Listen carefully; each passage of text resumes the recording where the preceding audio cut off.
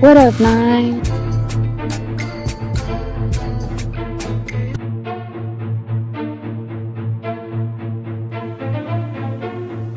Trapaholics Mixtapes.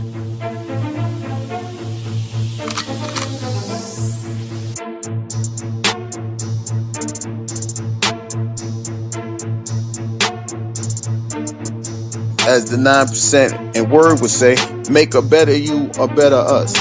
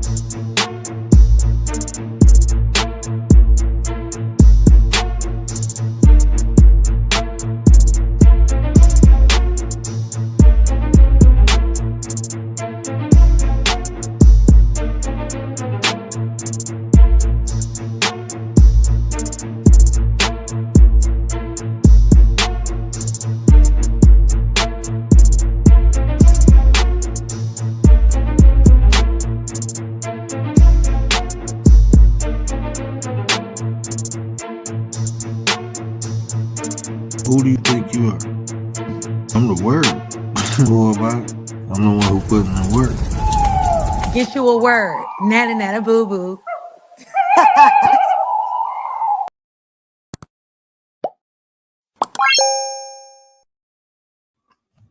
What up, though? It's the word. You see the title? We about to get into it. But before we get into that, I would like to get in the chat, but ain't nobody in there. So let's get to it. Yes, my bad yesterday. I meant to do this yesterday, but I had a root canal done and my mouth was on swole. But we here today, you know. But yeah, we about to get into the content. I wanted to wait for a couple more people to come through, but we can have a conversation. You know, we can always go back to any point that I made.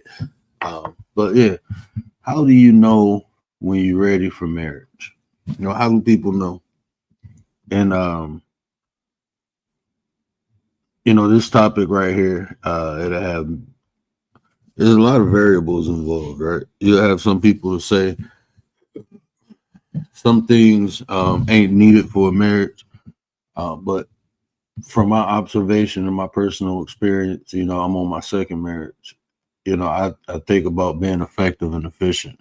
You know, so what I say might not, you know, people might disagree under the context of what I'm saying, but like I said, it's with the intent to be effective and efficient. Not saying these things have to be aligned, but what I'm telling you is if you want to be effective and efficient in things, you have to know what you're getting into and how to go about it.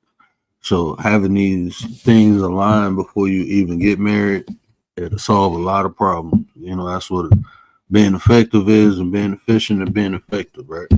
So the first point I want to make is this.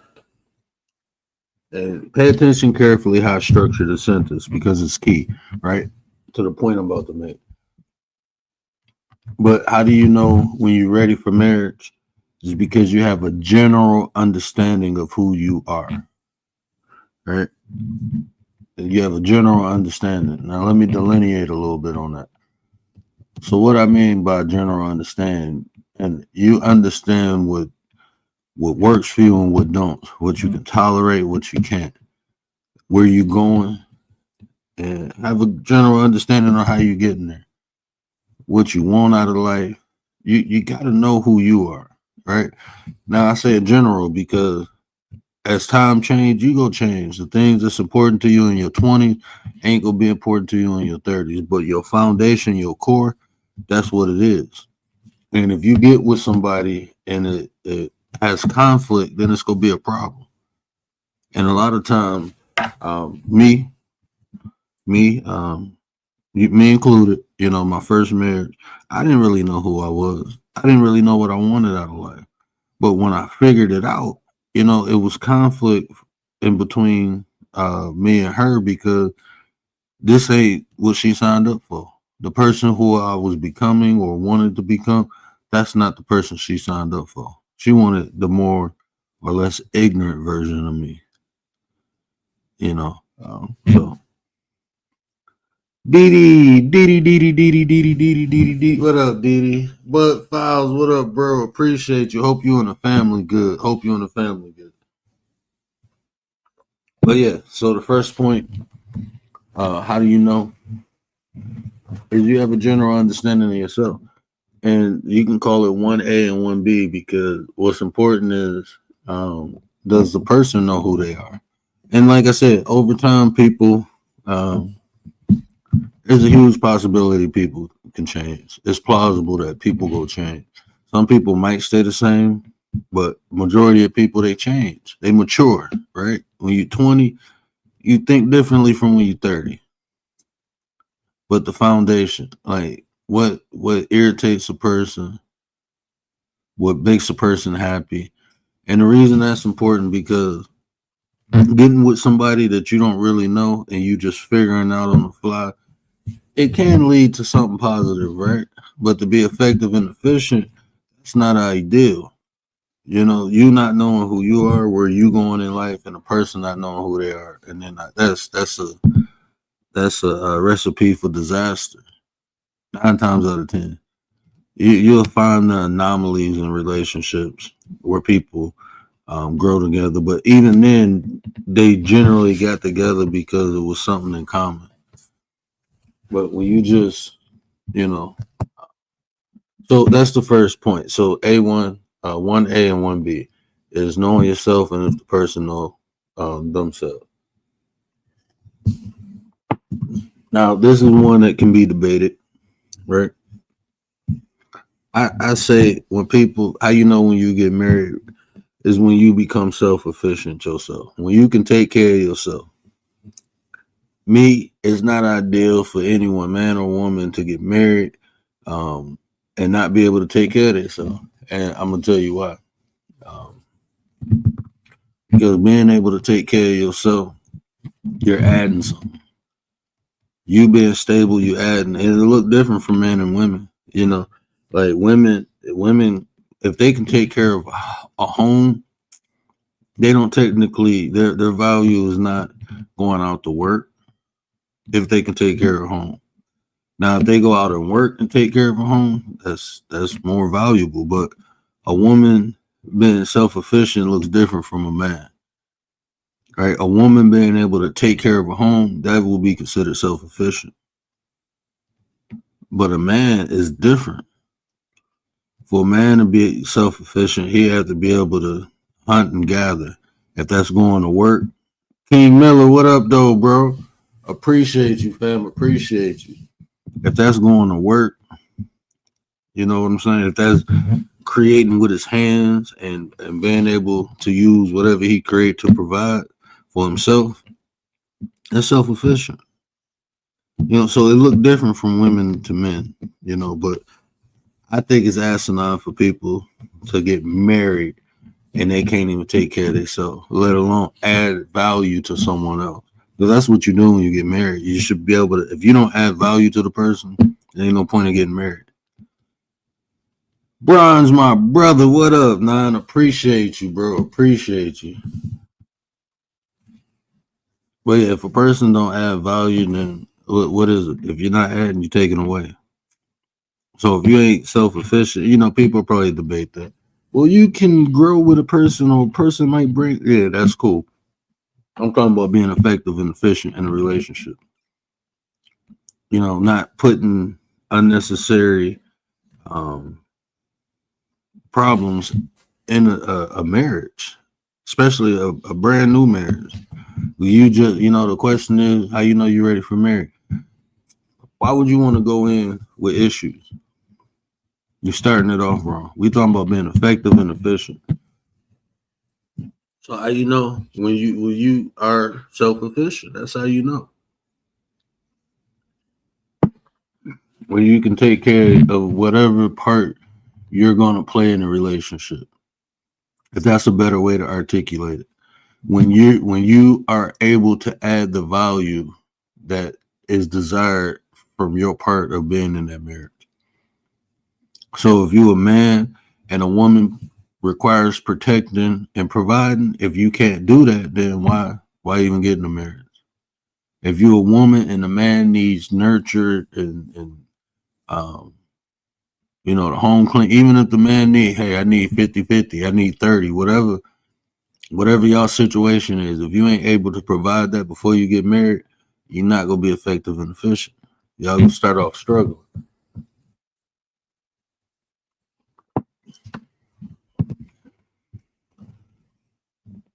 So how do you know?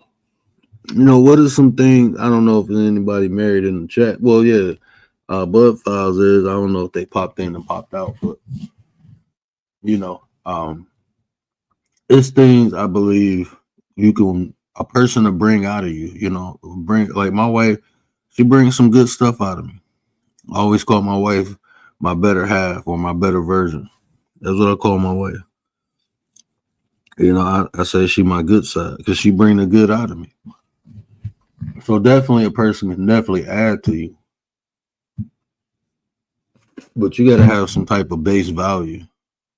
If you come in a relationship with no value, then it's like you a leech.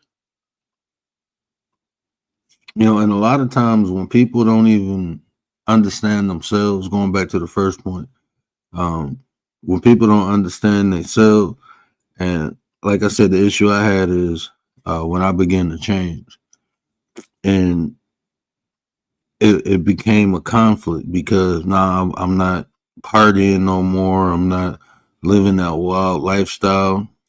I got a wife now. I want to have a family, so I got to change my ways. She wasn't ready to do that. So that caused a huge problem. Huge problem. And I can't fault her for that because she married me when I was one way and then I changed in the midst of getting married. I felt more responsible. I had to be more responsible. She didn't want that. She just wanted to have fun. Stoic, what up, though? Appreciate you, bro. Appreciate you. No, she wanted the lifestyle that we had, the wild, crazy, fun lifestyle. But it's like I'm married. I want to have a kid. I can't be running around in the street. I don't be running around in the street.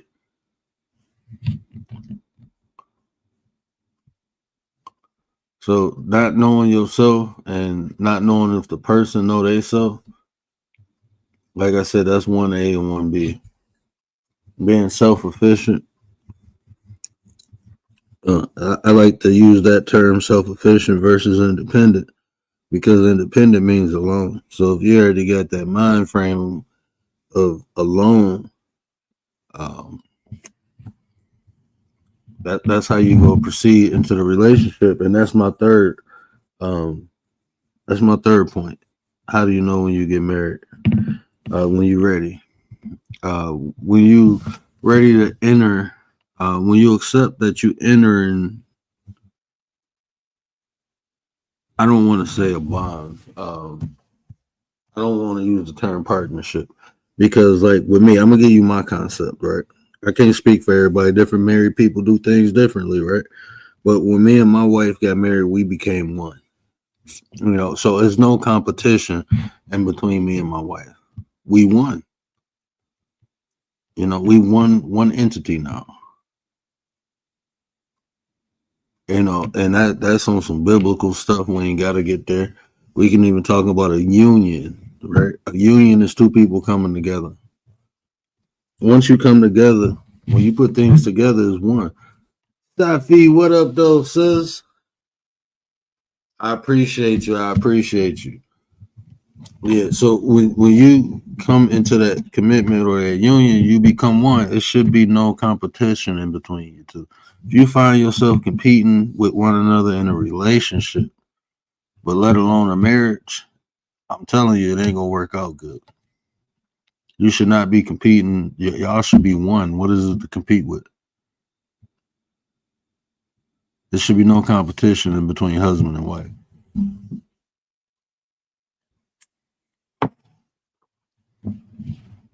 Y'all should be one beat, one drum. Nate the Great in the building. What up, bro? Hey, man, I missed, bro. I was waiting for like 2 or 3 days to catch that live, and I missed it. I had a damn root canal yesterday. My mouth was on swole, bro. I was in the bed all day. I ain't even go live last night.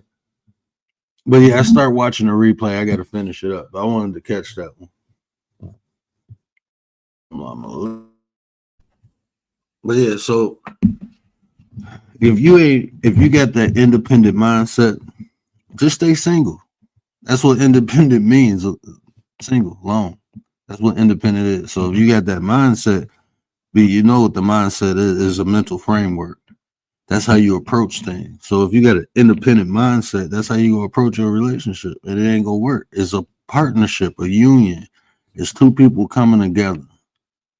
That's what a relationship is. And like I said, different marriages, whatever works for people and they happy, with me and my wife, we partners, man. We in this together. Whatever we do, we in it together. I play my part, she play her part. We understand our roles. I'm not gonna ask her. The only time she'll do what I supposed to do if it's necessary. Right? If it's necessary, then she'll take out the garbage.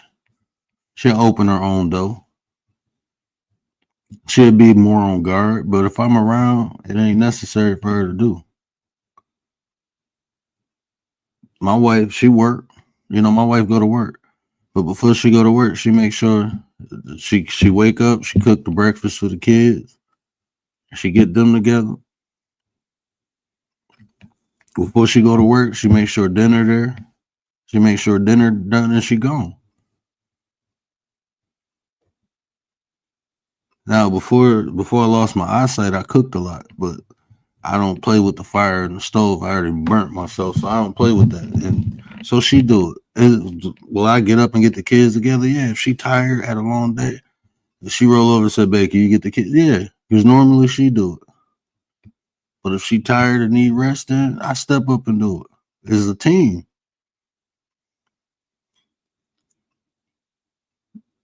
I'm pretty sure if I didn't have the money to pay the mortgage, my wife would pay it. But it's not necessary. I pay the mortgage. But if she needed to, we a team. I don't normally ask my wife for money, but when I do, she give it to me. She don't ask no question. We a team. If she asks me for money, I just say how much. But I very rarely ask her for. I probably say, "Hey, grab me something," and she'd get it. But I never normally ask her for money. But if I did, she give it to me. No questions asked. But we a team. And different marriages work different ways, right? I'm not gonna say the way me and my wife do it is the blueprint, but I'll tell you this: the reason why we got together, which is my fourth point, right? When you're ready to get married, understand why y'all getting married. What is the reason y'all getting married? You have to identify that, because if one person got one reason, the other person got another reason, when those reasons come into conflict, then it's gonna be a problem. Some people look at marriage like a business. So a lot of times marriages fall apart because of finance. What happened to a business when the money wrong? Go bankrupt. Go out of business. And that's what happened with relationships.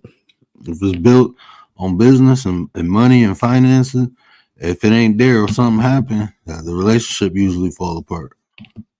So know why you getting married. That's how you know when you're ready, is when you know why. Are you marrying because you can see yourself getting old with this person? Are you marrying this person because of the thought of love? Oh yeah, you might be lusting for someone, and the special curriculum activities might be fun, but that ain't a reason to marry someone. No, don't make that mistake. That's because the extracurricular activities is amazing. That don't mean you should marry that person. That's not a telltale sign. Like, oh, we should get married. because when I get old, then relationship gone. Me and my wife, we determined before we had a discussion, about marriage. And I'm like, look, if we do this, I'm marrying you because I don't see life without you. Like, I'm marrying you because I see myself growing old, having kids, having a dog. I see myself arguing with you and then coming to a resolution. I know we ain't gonna see eye to eye all the time. I'm telling her this, but I can't see. I rather see myself arguing with you than not being with you. Like, I knew she had my back and I had hers, and that's what I wanted in a partner. Someone I can depend on and rely on, no matter if the times are good or bad. Like, cause I mean, these last 5 years has been hell for me and my wife. But we stand strong because we got each other. If I have to lean on her, she's sturdy enough for me to do that. And if she got to lean on me, well, I'm built for it tough. So we got one another, no matter what the circumstance is. I'm gonna take her good just as well as I'm gonna take her bad just as well as I'm gonna take her good. We dated for 5 years before we decided to tie the knot. We didn't have one argument. We didn't argue until after we had kids, and I blame that on the chemical imbalance of her hormones. I'm talking crap, but no, I'm serious. We didn't argue until after we had kids. And it's like, even we had 2 arguments and they probably lasted for like 2 minutes. And it was just misunderstanding, but she frustrated, she get frustrated easy now. Before we had kids, she didn't get frustrated at all. After we had kids, yeah, she get frustrated easy. So one time was her fault, one time was my fault. One time I was just in a bitchy mood and I raised my voice at her, and then when I raised my voice, she raised her voice, and I'm looking like, look, bro, I ain't about to be sitting there hollering at you. So yeah, all that lasted about 2 minutes.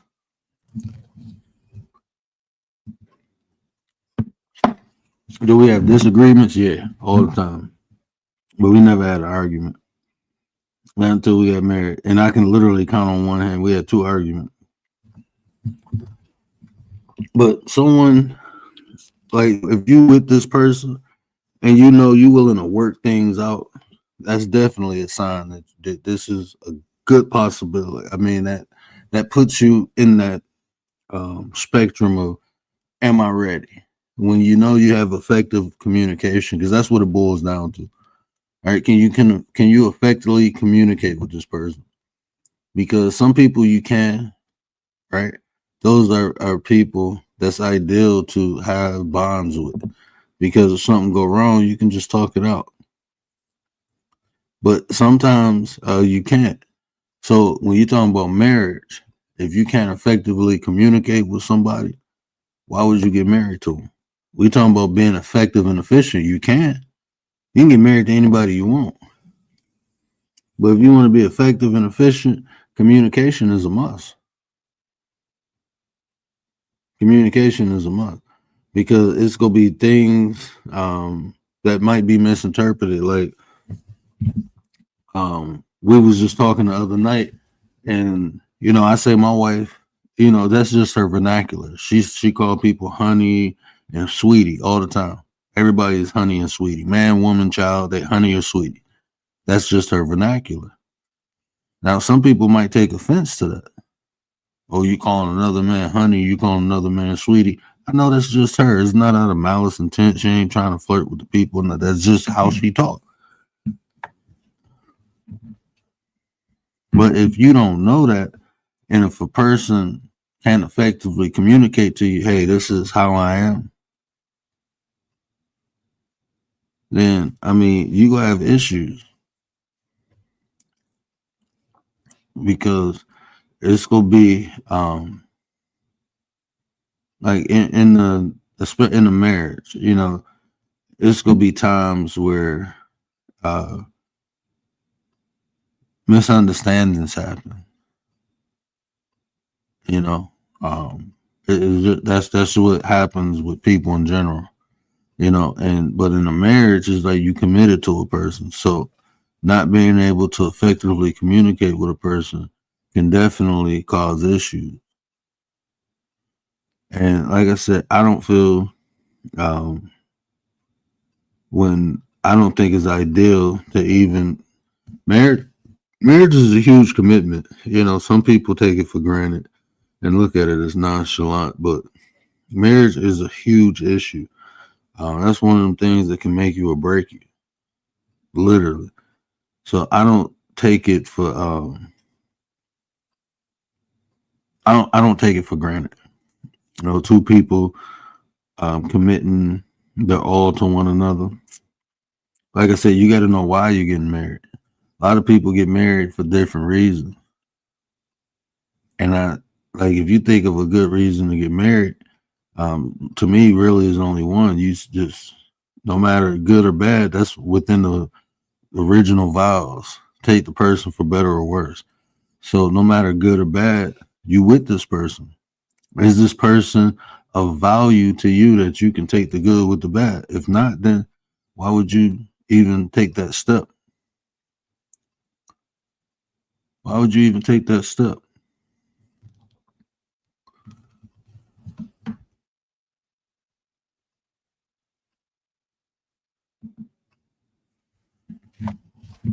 Yeah, so that's I think those are some important factors to take in consideration.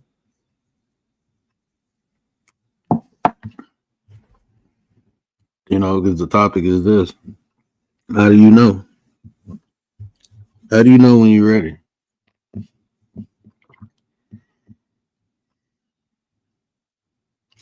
One of the reasons I knew I was ready, because like I said, this is my second marriage. My first one, I think it lasted for like 8-9 months. Like 8-9 months. Yeah, I think it was like 8 or 9 months. I can't even remember, honestly. I know it wasn't a year. I was with her for like 2 years before we decided. But even the first marriage, we got married for the wrong reason. I got married because her insurance was bad. I was dating her. She living with me. Her insurance was bad. She almost, passed away because she had bad insurance. She had no insurance, So I'm like, nah, I got good insurance. Not only that, she had a chronic illness. She had real bad asthma. And I worked at the hospital at the time. And not only I worked at the hospital, I just so happened to work in the anesthesia department. So I worked around a lot of people who can help her. As far as the anesthesiologist. And so I'm like, nah, we together. You already living with me. We might as well. Yeah, and that wasn't a good idea. It just wasn't. We married for the wrong reason. I mean, I loved her at the time. Like I said, she was living with me. So I figured why not. But that wasn't like I said, that wasn't the right reason to get married. I mean, we was having issues prior to that. We had some issues prior to that never really got resolved. So it was like, but then this happened. So it was like, I'm not even gonna make a justification. I'll just be honest. I felt like I'm a man. I'm supposed to take care of my woman.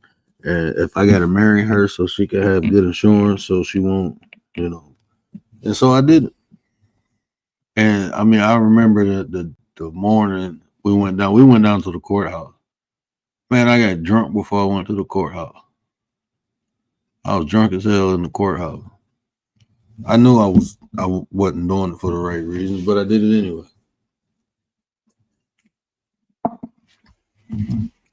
Yeah, honestly, I'm happy I did, because if I didn't, I wouldn't have learned. I wouldn't learn none of the lessons that made me a better husband. I wouldn't learn none of that if I didn't experience. If I didn't experience the bad, I knew the good. I wouldn't appreciate the good now. You know, a lot of times we look at negative things or we look at bad things and just what it is. It's something bad, right? But we don't see the silver lining in things. Like, I went through a bad first marriage, but it was so beneficial and it molded me into a better person. It gave me understanding. It humbled me. It made me clarify, be more clear of what I want. Like, going through that bad experience made me a better person. If I didn't go through that, I'd probably be a little, still naive about things. I'd still be a little green. But experiencing that, it made me understand. Well, a lot of times these negative things lead to better things. So it's just, how do you look at your adversity? Do you look at it as an opportunity or something that's taken away from you? With all the BS I've been through in life, I just understand now. I was just talking to my dad, right? This is totally off topic right here. Yeah, we have a 37-minute mark. I said everything I had to say about how, so we just go talk now. So I was just talking to my dad, and I said, you know what, man? God work in mysterious ways, right? I just lost majority of my eyesight. Well, I ain't just lose it, but y'all know I lost majority of my eyes. So I'm legally blind, so I don't do no driving and nothing like that. But my stepbrother, him and my baby brother are the reasons why I lost my eyesight. And his son just got unalived. And I told my dad, I said, do you know if none of that stuff never happened, I probably would have lost my freedom. Because they took my nephew from me. And it's like it's like a internal conflict because I'm sad, but it's like I'm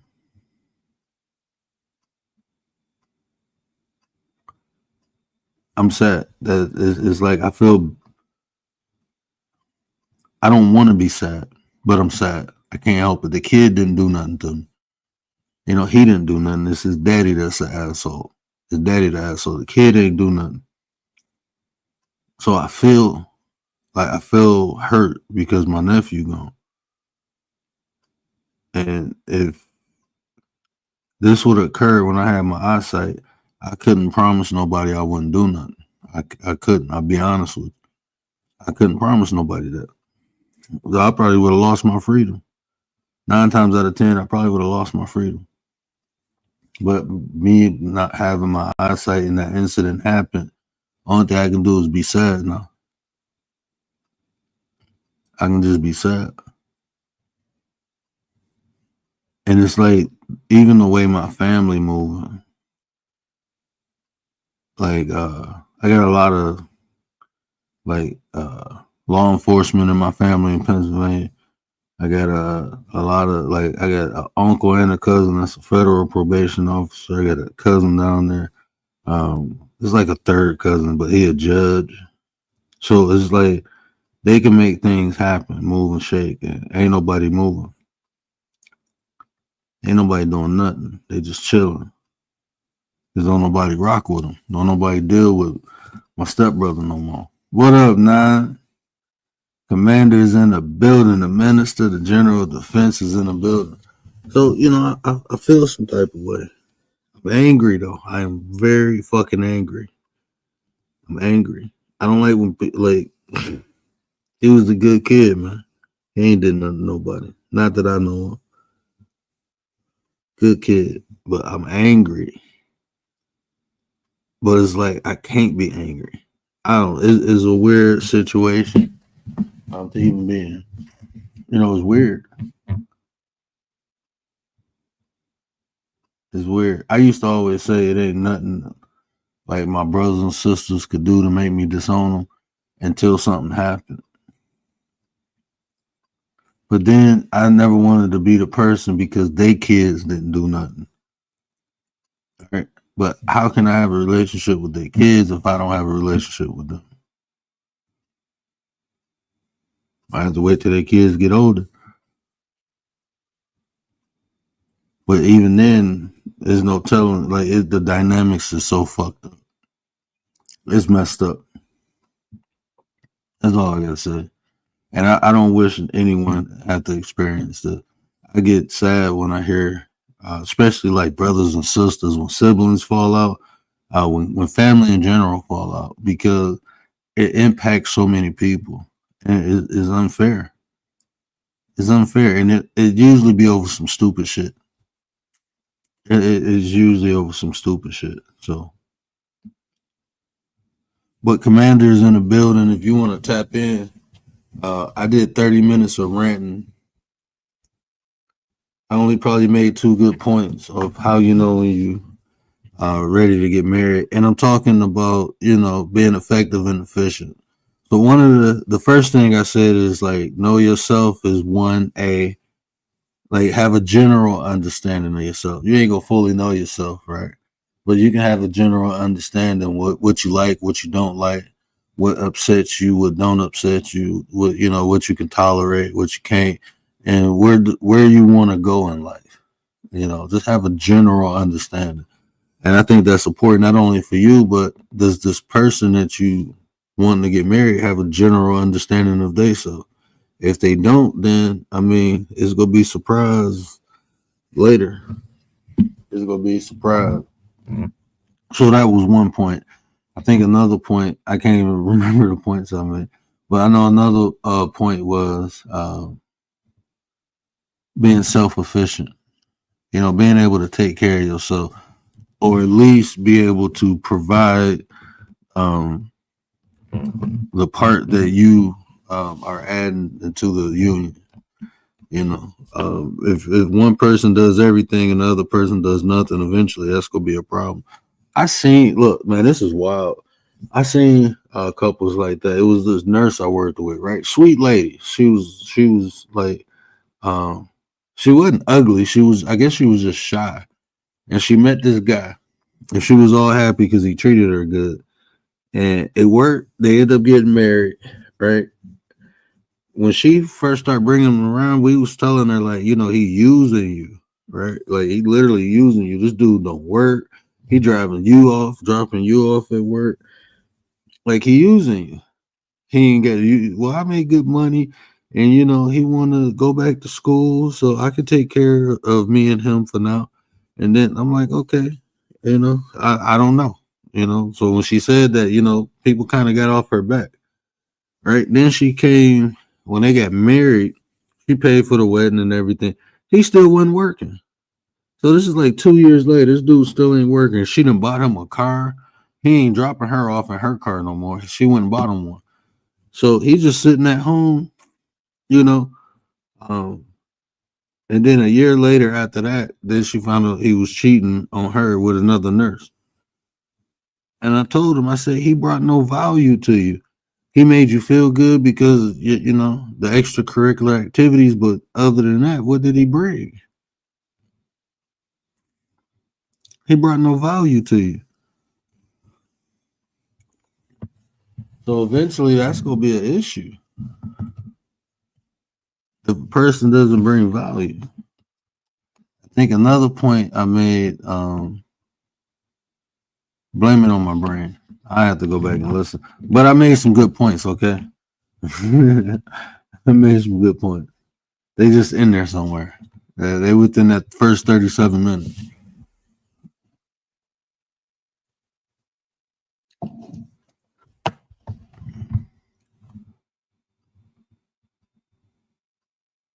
Peanut butter patty time. Yeah, Tay sleep. Tay sleeps. I gotta make a Gary sleeps too. I think Gary passed out with the sleep. Gary had a good live today too. Y'all go check that out. We was up there rocking and rolling. But yeah,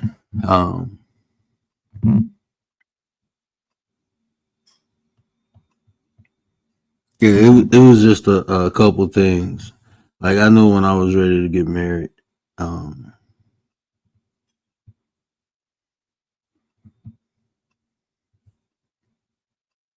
Like I said, mainly is because I was willing to commit myself to. I was willing to commit myself to her, and I took her good. I mean, I took her bad just as well as I took her good. You know, and I can tolerate her. That was one of the main things. Like, if I can't tolerate somebody, man, it ain't gonna work. But you know, I understood too. Like, you know, it was gonna be work. You know, I don't think no marriage is easy. I've never heard of that. Like all the married people I know, I've never heard nobody say, "Oh, it's easy." Nah, it's work, man. Oh, for sure, for sure. I'm like, nah, it's work. You know, marriage is work. You know, and if you ain't willing to put that work in, don't do it. Don't waste your time. It's gonna be good days and it's gonna be bad days. That's what it comes with. You know, you go change. You know, and understand that the person you married to, they go change also. You know, my best friend, you know, God rest his soul, he's not here with us no more. Shout out to G, man. Man, I wish he was here, man. Y'all would have loved G, man. He would have told y'all a lot of crazy stories, though. But yeah, man, y'all would have loved G, man. But he had told me, Safi, hold on, sis. Appreciate that. Where's the thing? They done changed StreamYard around. Yeah, I got my card. I gotta put some money on it. This is a petty service announcement.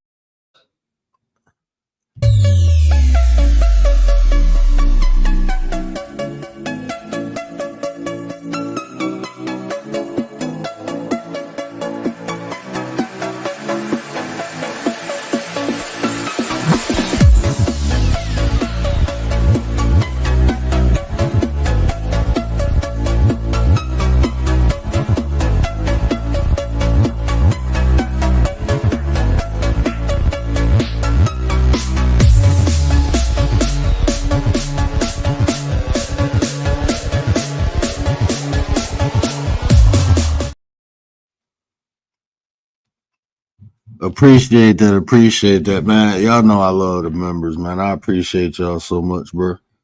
Hold on, Brian. I know you ain't do a super chat, but you've been paying for 6 months. I mean, how long that's? You've been paying for 6 months. God damn it, you deserve recognition too. Hold on, bro. We gonna pop some back.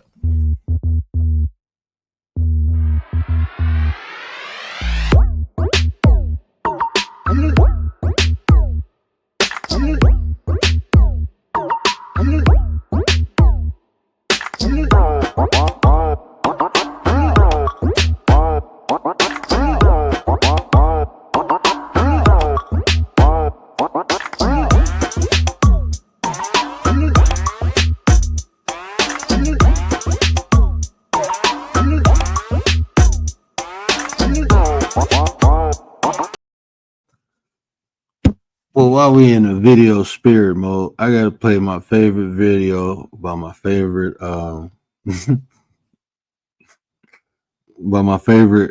artist. If y'all didn't know, Commander got the #1 hit single over here on the Words channel. Can you hear me?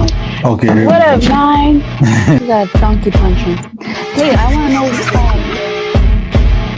You got a donkey punch him. Donkey punch him. You got a donkey punch him. Mature conversations. You got a donkey punch him. That's the ADHD. Donkey punch him. Life happens, or you grow out of stuff, or what, you know, just things happen. Donkey punch him.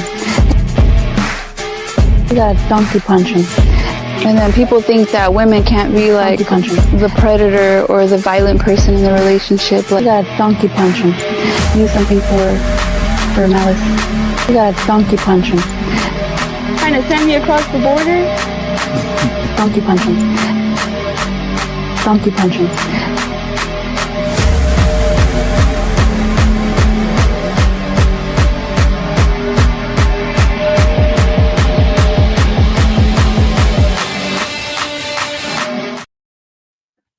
I'm gonna just say this. Y'all be careful. Commander don't need a reason to donkey punch you. She just goes donkey punch. But shout out to Commander.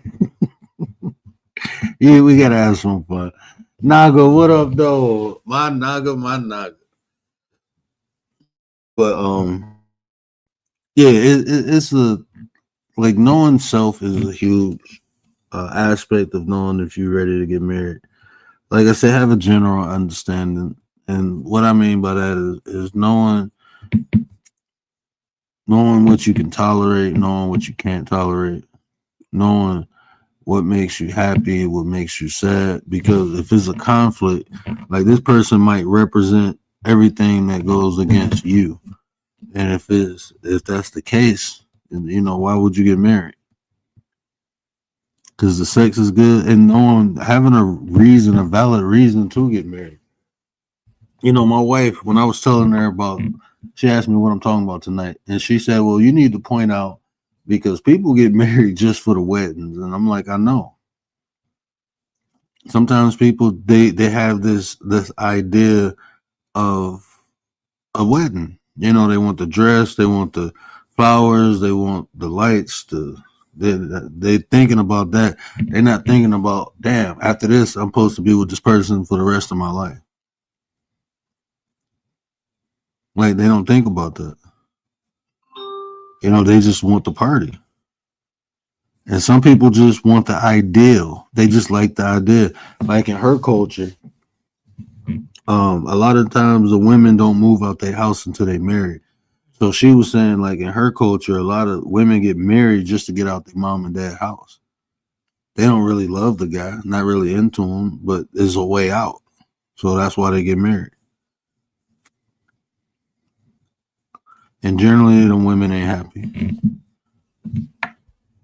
The ones I met anyway, you know, they be the ones calling and complaining about stuff. You know, they get married for the wrong reasons. You know, that's like almost, you know, we probably need to do an episode. Well, probably don't need to, but like it was a reason I waited until, I'm not even gonna say I was married. It was more about finding the right person, but I know I didn't want to have kids until I was married. I didn't want to, you know, because you know, of what I experienced. You know, I wouldn't, you know. So for me, it was ideal not to get married until, you know, I mean, it was ideal for me not to have kids until I get married. So with a lot of self-discipline, I made that happen. You know, my first two kids, I had my first kid when I was 36. I got married at 35. I had my first kid when I was 36. So I waited. I was content of not having kids at all. If I didn't find the right person, someone who I can see myself with, like I said, effective communication was another huge one, because like it's times where, you know, me and my wife misunderstood things and we talked it out. You know, didn't argue, didn't fight. We had a conversation. Oh, that's what it is. Okay, my bad. I was tripping. Okay, no offense, and we move forward. You know, is I wouldn't even say I'm not gonna say arguments are healthy, but I would say this: I don't see a problem, especially in a relationship, for y'all having a difference of opinion or even an argument. You know, but if you consistently fighting, then that's an issue. But anybody, like, we all individuals, right? We can be on the same page, but it's gonna be some damn differences, and those differences, they come with things. You know, it might come with different forms of emotions. You know, you might feel some type of way about something, and a person might not feel a certain type of way, and that those emotions can cause argument. Those differences. That's why people usually clash, because they feel different about things. It's not even thinking. Mainly, people come into conflict because they have a different feeling about something. That's why most people argue. Most arguments are emotional. which is understandable because that's a big component of us. We're humans. We feel. So that's a huge component. So you got to take that in consideration. Can you effectively communicate? But I don't think arguments are bad. Fights are bad. I say fights, but arguments, nah. Because clarity can be. It depends how you argue, right? If the argument turned into a fight, then yeah, it's gonna be an issue. But an argument is just simply this opposing sides of subject. That's all. You have opposing views on something. I'm trying to prove a point. Communication does not have to be argumentative. No, it don't. It don't. It don't. But like I said, if you passionate about something and your spouse passionate about something, an argument could occur. I don't think arguments can lead to fight, but that's not guaranteed. Like you said, if like my wife, like if I'm saying something and I see she getting a little frustrated or a little, I let it go. Okay, we'll talk about it later when you can have the conversation. And she do the same thing, vice versa. Like if she say I'm not in the mood to have a conversation, she don't bother me. She be like, I'll talk to you later when you ain't being a dick. She'll say something like that. I'd be like, what? She's like, I ain't about to try to talk to you right now. You in your little mood. Go outside, smoke, come back in, and then we have a conversation. That's how my wife is. She'll tell me that in a minute. I ain't about to talk to you right now. You gonna be a dick. That's just how she is. But she know me and I know her. So, I mean, like I said, we got into arguments. They probably lasted 2 minutes. Simple misunderstanding. But if you're willing, if this is your partner, right? You got to be willing to swallow your pride and humble yourself and listen to what they got to say. Right? That's where emotional intelligence come in. Can you put away your feelings to understand what this person is trying to convey to you? Can you do that? And if you can't, that's part of effective communication. Right? So if you can put your feelings away to try to understand what they saying, then you can effectively communicate. But if you feel some type of way, no matter what they say, you gonna feel the way you feel. You're entitled to that. That's your feelings. Right? You're entitled to feel the way you feel. But that don't make it right. I had to learn that in relationships.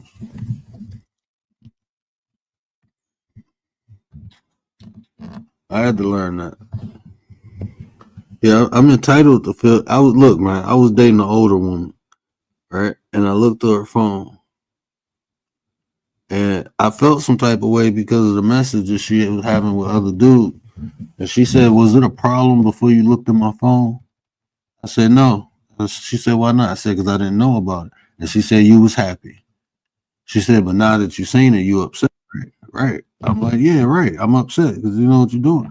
She said, "Sometimes ignorance is better because you wouldn't have been upset if you never looked through my phone. If you go looking for something, you go find it." And she didn't feel no type of way about that. She felt the way she felt, and I had to understand that.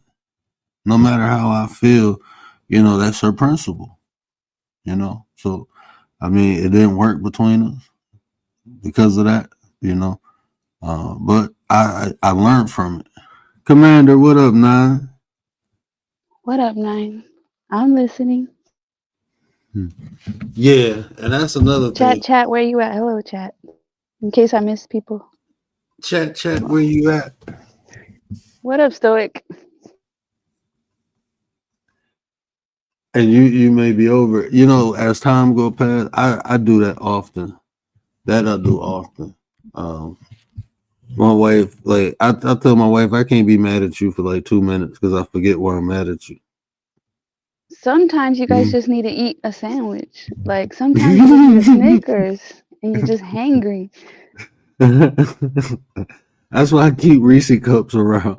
My wife get mad, like, here go a Reese, calm down. I'm just playing. She go hear that and then cuss me out. I don't do that. I'm just joking. No, but sometimes, like, it's true. Sometimes people are just sometimes in a mood. It's not even because of anything. It's just because they're hungry or having a bad day. And people are allowed to have bad days.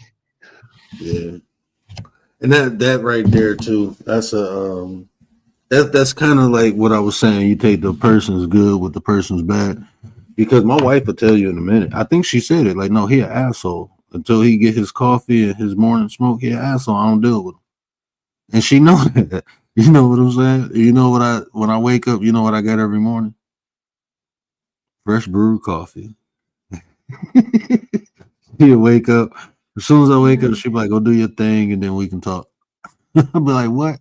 I'm like, is this something you want? No, go do your thing and then we can come back and talk. I'm like, you talk to me now. She said, no, I don't want to talk to that version of you. He an asshole. She say that. Well, she take Well, my at good least she with my knows. bad.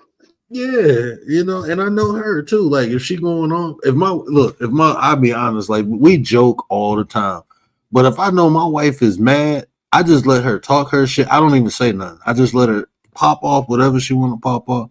And when she done, I'd be like, yeah, all right. She'd be like, yeah. And I'd be like, all right. And then I go, you know, because yeah, it pissed me off. But I know when I come back, then she go be like, you know what, that's just who she is. And I accept it. I accept her good just like I accept her bad. It don't happen often, and 9 times out of 10, she ain't even mad at me. She got mad at me for not being mad. That's the last time she got mad and yelled at me. She got mad at me for not being upset.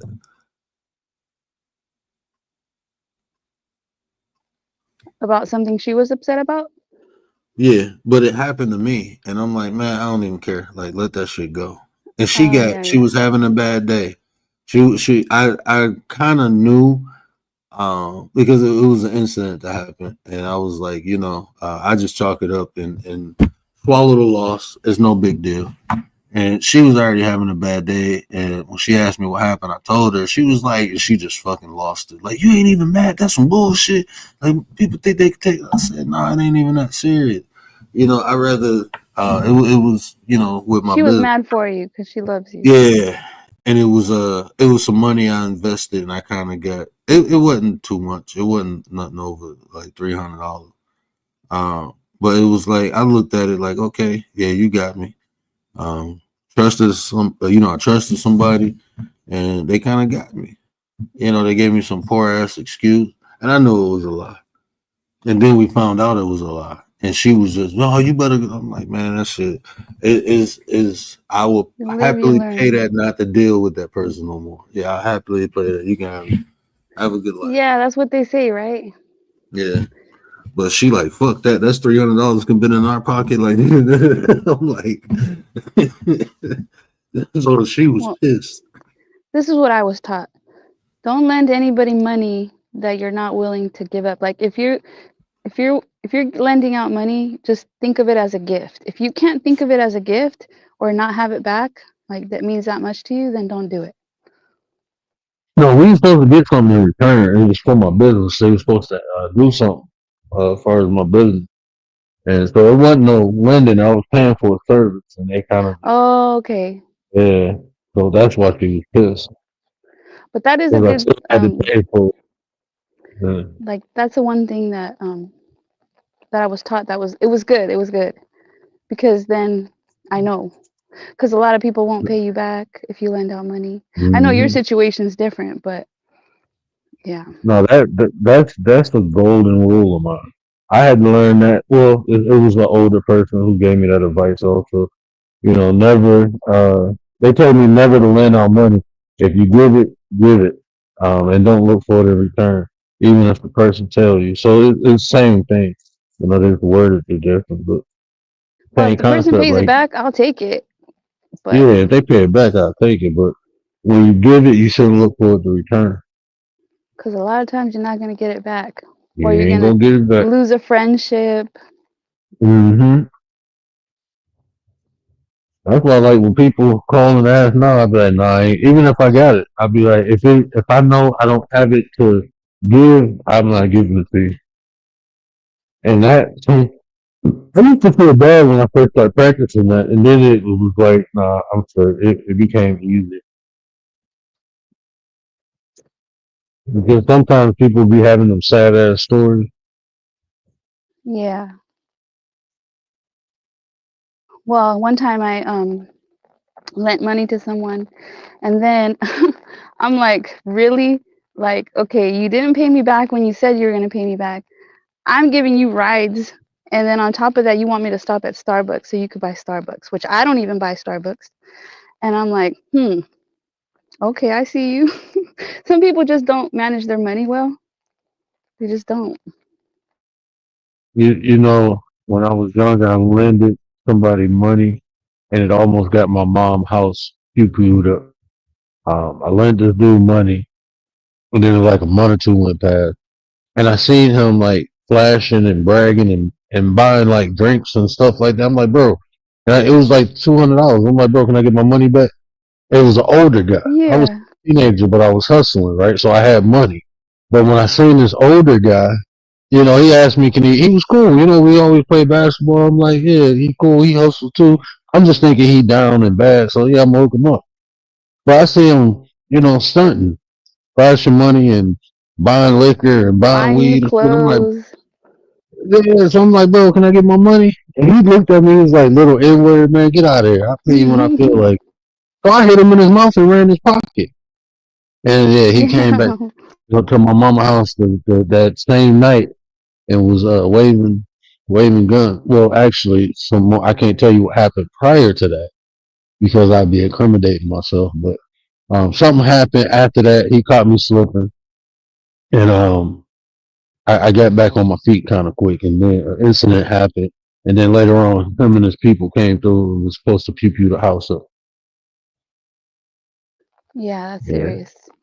Over like, I don't know how much you lent, but no money is It worth was it. $200, but I took probably about $400 on it. I ran his pockets. Like I was just gonna take the 200, then I said, "Fuck that. Disrespect is tax." You're That's getting how I felt taxed like you double. getting taxed, bro. I'm running your pocket now. Now you gonna sit here and try to play me like I ain't nothing. I'm bigger than this dude. I'm 17, but I'm bigger than him and everything. And I'm looking like he like, little, like I'm not.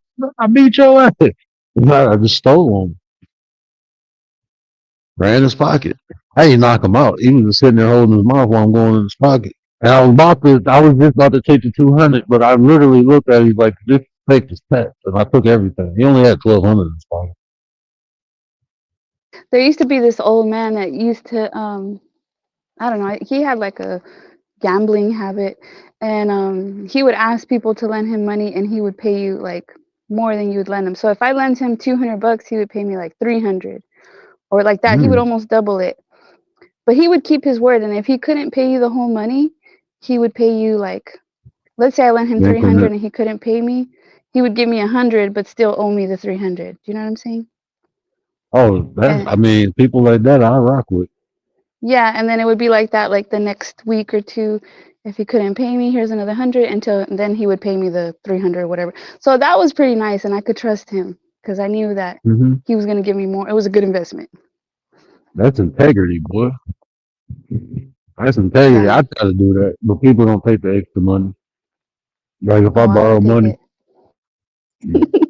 I think it's just. I mean, I think it's just to show appreciation because you never know when you have to borrow from that person again. Yeah. Yeah. Yeah. I mean, that's how I look at it. Like if I had to borrow and you lent it to me, I'd try to throw you something extra just Yep. to keep in good faith because you never know what might happen. That's Well, why I never ask for stuff I don't need. I used to think like we help each other out. Like I help you next, maybe I might need something one day like that, but not everybody thinks like that, and so I stopped. Mm-mm. I mean, I still do that with certain people, but I learned I can't be freely doing things for everybody because Yeah, maybe karma, like the universe will pay me back, but sometimes people they're not gonna do you the same. Like then yeah. when you're in need, they're like nowhere to be found. They're not answering their phone. Now, see, that's a whole nother subject. I had to learn, that I had to put. and this might sound, um, somebody told me once, is very I'm a narcissist because I do this, but I put people in categories.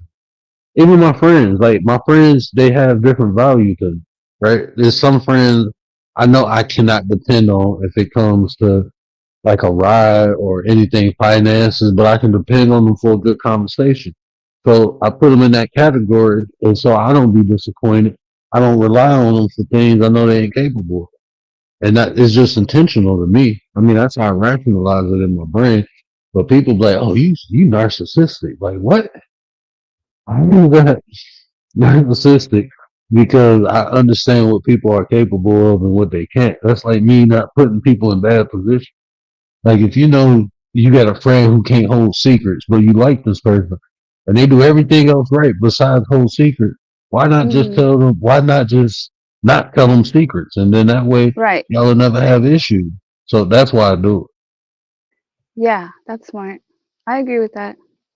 Not everybody can hold a secret.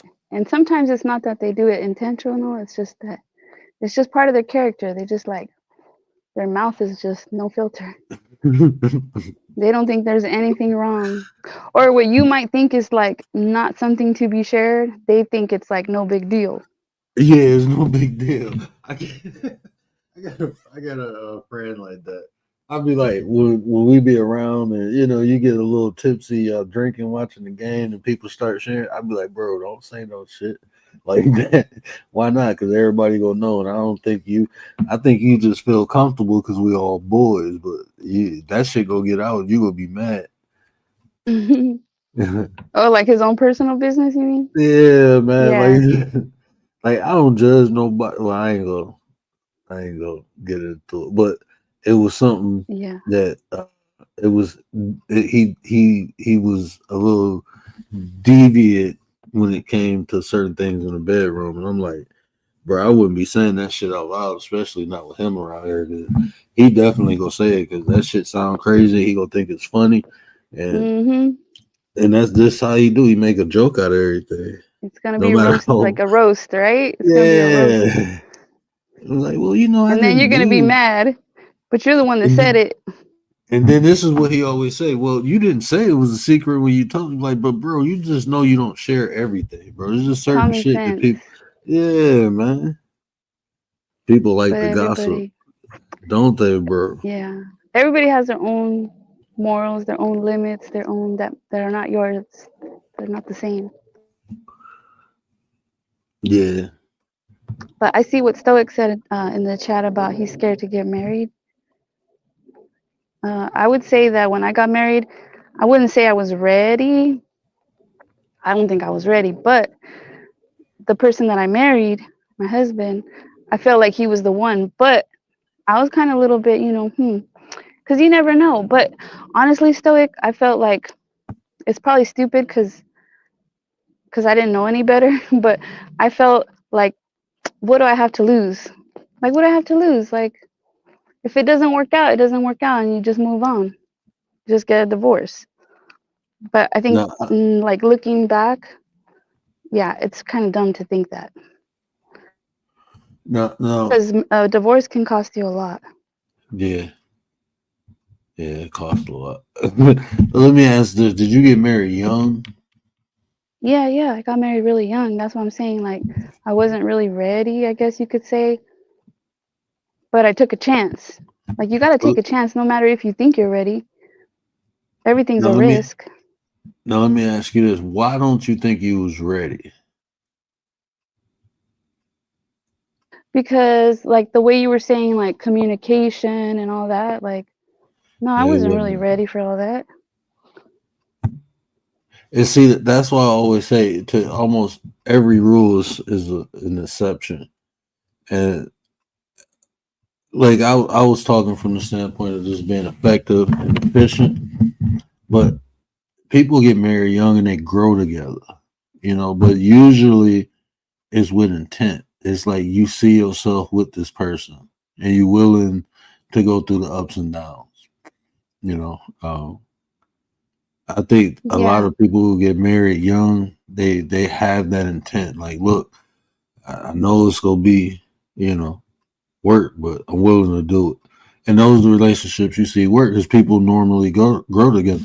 Like you said something the other day when you was talking to Ozzy, when you said like your husband wasn't good at finances at first, right? But you devised a plan to help him grow in that area by just giving Yeah. him the responsibilities, right? Some people won't even do that. They'll see a problem and then okay, that's an issue, is a problem. I'm done. I'm out. You know, or they make the problem bigger instead of looking for a solution. Yeah, because some things can be worked out, but I see like where people say like they don't want to marry someone that's not good with money because like then they're gonna spend all the money and like cause a problem. I see that now, but I mean he learned. He's still in the relationship. He's the spender. I don't like to go shopping. Even online, I don't even shop that much, honestly. He's the one that like Amazon packages like almost every Yeah, day.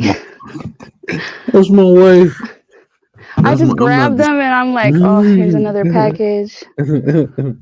I look at the that's camera and I'm like, what's this? that's my wife, man.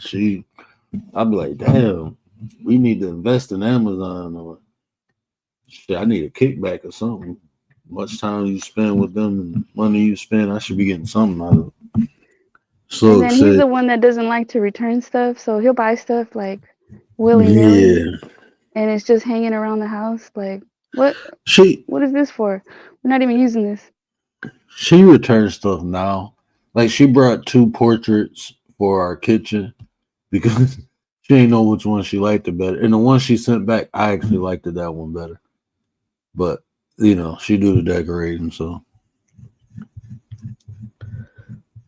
I but she think actually sent it back. like we all have usually it's like opposites attract. Like one is not good with money and the other one is, or like one is a neat person, the other one's messy. Like I see that a lot in people marriages. They're opposites. And even that to me, if the person is willing, I think that's better.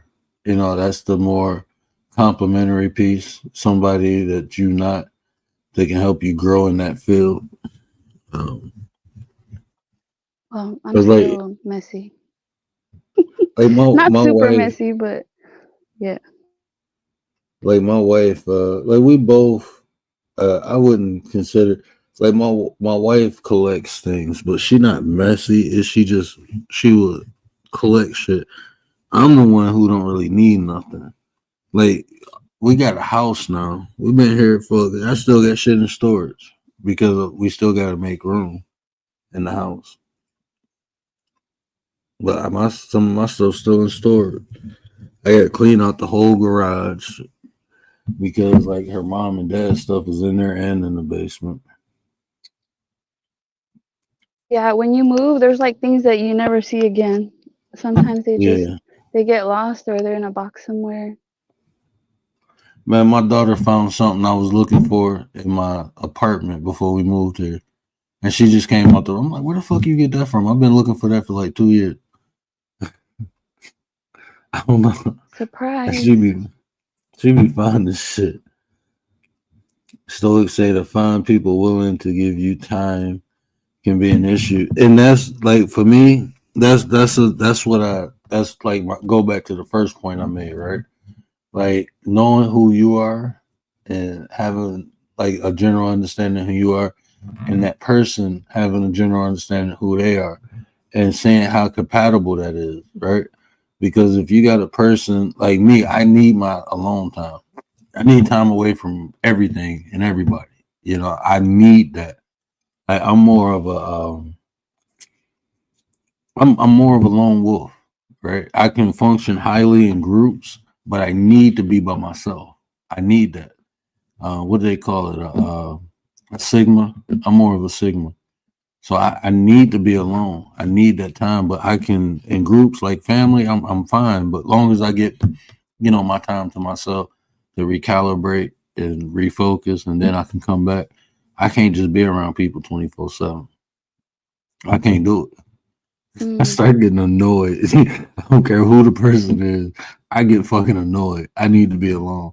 but she understand that. So when I say, hey, I need to, go do my thing for a minute, she be like, all right, she won't bother me. But we got that understanding, and she needs to be around. Like my wife has to go out and be around people and do things. I don't like doing it, but I know she needs it. So guess what I do?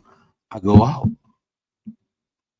Well, see, I just don't put my husband through it.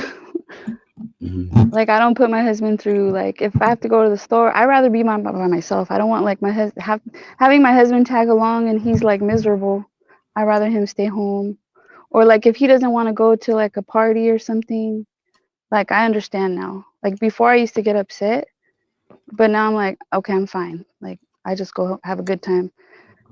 Because if not, I feel like I'm not having a good time, because then I feel like he's not having a good time. And now I'm worried about him. So if he wants to stay home, that's fine. I was hoping you popped up. What up, though, Stoic? Hey, what up, though? What's happening? So you blew your money on tricks and hoes. I'm just Everything. kidding. On blow and hoes. Basically. Yeah. I had everything and I lost everything. But did you learn from it though? Like, is that something you think you would do again? Definitely not. Definitely not. That was 10 years ago, so it's hard to find that connection you had when you're growing up with somebody. Yeah. You know what I mean? What do you mean? Teenage love, basically, young adult love. You can't get that as an adult, I feel. It's like it's work, you gotta put trust as the foundation and work from there. But Is that because love of is fear? Where like when you're younger, you're more naive? 100%. 100%. Now that you're no longer naive, you don't want to go through the struggles or the pain or the hurt as an adult. You don't want to throw away 2 years, 3 years, 4 years. You know what I mean? Just like that. Yeah, I wanna share this, and I think because it kind of correlates with what you were saying about young love. One of the most beautiful things about my wife is that I can be my authentic self. I'm a goofball. I'm a kid at heart, bro. I like to have fun. I like to enjoy life, and she the same way. So when you said that kind of triggered that response, like I think you can find it. You just got to find the right person that you can be childlike with. You know what I'm saying? And they can do the same with you. That's what I found in my wife. But like I said, like you said, it can be hard, but it's not impossible. So do you feel like you're wasting your time? Like, let's say, because sometimes I think like this, like if you give someone 2 years, but you had you had good experiences, like you had a good time, it wasn't all bad, then why is it like a complete loss? Like, why can't you just enjoy the moment without I thinking so can, much but into the future? it's the loss. It's like starting all over again, right? I'm the kind of person I am is I'm yours for life. I'll give you me for life. But the thing is, you just can't give that to anybody and everybody, and it doesn't become natural in a sense, and Because especially you're when you holding get back. older too. Like you're purposely holding back giving everything because you're waiting for a sign or enough time, right? Dr. Or Commander, what? I'm telling you, I'm telling you, y'all gonna learn about Commander. Y'all think Commander says a lot of good stuff, and it's hard to find a rebuttal because I know where she's coming from. Honestly. I mean, I think it's good to hold back to a certain extent. But if you're holding back too much, then that person really can't see all of you or most of you. Yeah, yeah. With me, um, I don't hold back, but I can see red flags. Basically, if there's a red flag, I'm automatically just gonna be like, "Damn, fuck," and I start thinking too much. And this is the thing too about red flag. I had to learn this, right? Some people do the same thing for different reasons, right? So sometimes you might see a flag, and because it happened to you in the past, you'll automatically be like, "Man, I'm afraid." But sometimes it can just be a person's ignorant. Like, I had to learn that. You know what I'm saying? Like, okay, this person just don't know. And like even with my wife, like um, she used to constantly ask me, like, uh, at first it sounded like a condescending question, like she was trying to be smart about certain things about like race. And then I realized, like, no, it's just her ignorance because I had so many people do that, ask condescending questions about race. Like it's passive aggressive. And because I experienced it before, I assumed she was doing the same thing. And it's like, no, she's just trying to understand. And how do you know when you're not wasting your time?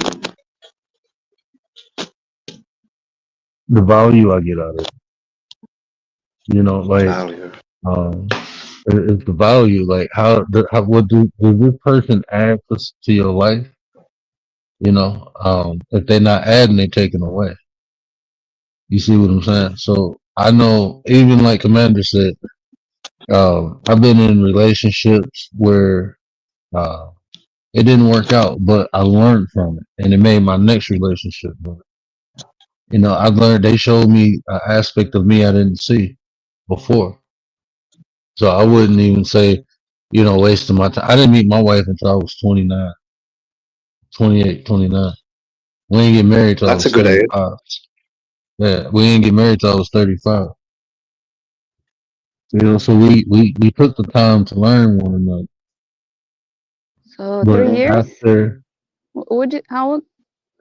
Was I that was 3 years? 35, not 5 years. It was like five. We dated. No, so I had to be 29. So So look, how long did okay. you date before you got married? So I know we you've told us started before. I dating. forgot. We started dating in 2012. We got married in 2018. So technically, Wow. what's that? 6 years? A That little bit seems under like a 6 years. long time. Wow. Yeah, that's great. That's great. But That's what I want. but I'm gonna be honest with you. Even now, like we still like newlyweds. We've been married since 2018. Like I can't get but that's what we built. We built our relationship. It was a lot of things that she had to overcome before, and it was some things I had to, develop and overcome. Like when Yeah, I so first y'all met got, her, I'm sorry, go ahead. sorry, yeah, yeah. So y'all been through a lot of shit together, right? You know what? We had a nice, easy relationship up until we got married. Then that's when all the fucked up shit started happening. I'm not gonna lie to you, bro. Like, we had Yeah, yeah. we got married, and then we had a year later we had our first kid. Then her mom died. Then I lost my eyesight. Then her dad died. And we had our second kid.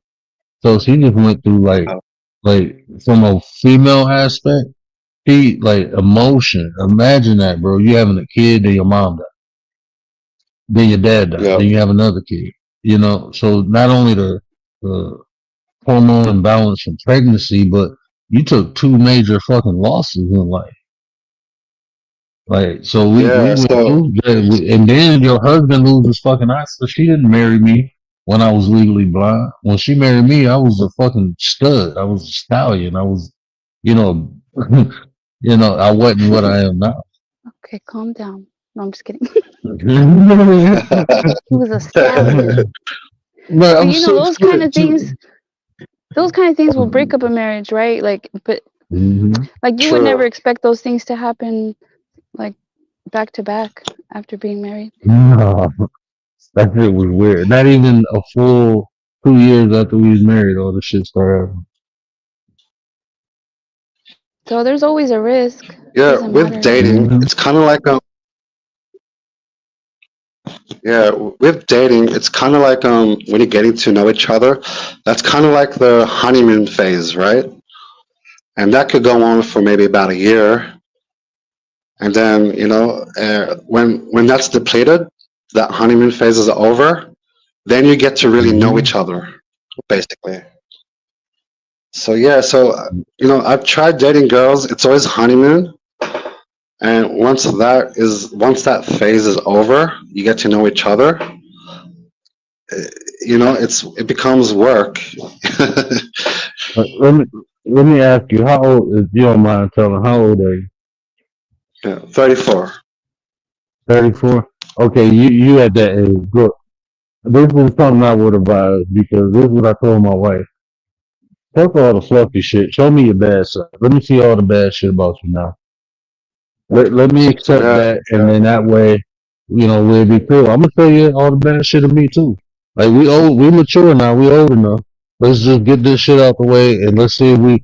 This is one of my key components about relationship, and it might sound Mm, kind of crazy, but I promise you, this will you'll be effective and efficient in a relationship. Can I tolerate your ass? If I can tolerate mm. you, we gonna be all right. If I can't, it's gonna be a problem. True, and that's maybe the problem with dating younger girls. They've got too many options or whatever. But I see what you mean. To date a younger girl, it's very hard. I can do it, bro. I can't do it. And I mean, I'm not saying like young women can't be mentally mature. If I can't deal with someone who don't stimulate my mind, I'm gonna get bored with you. I get bored with people quick, bro. If you can't make me think, if you don't challenge me in some type of way, like intellectually, or I get bored.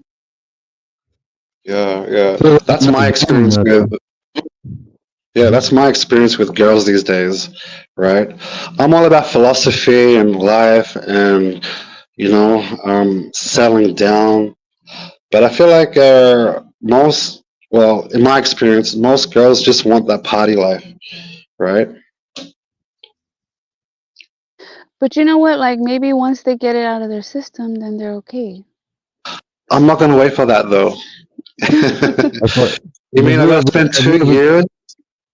Because listen, Go if on, they go on. don't have it, okay, I got married young.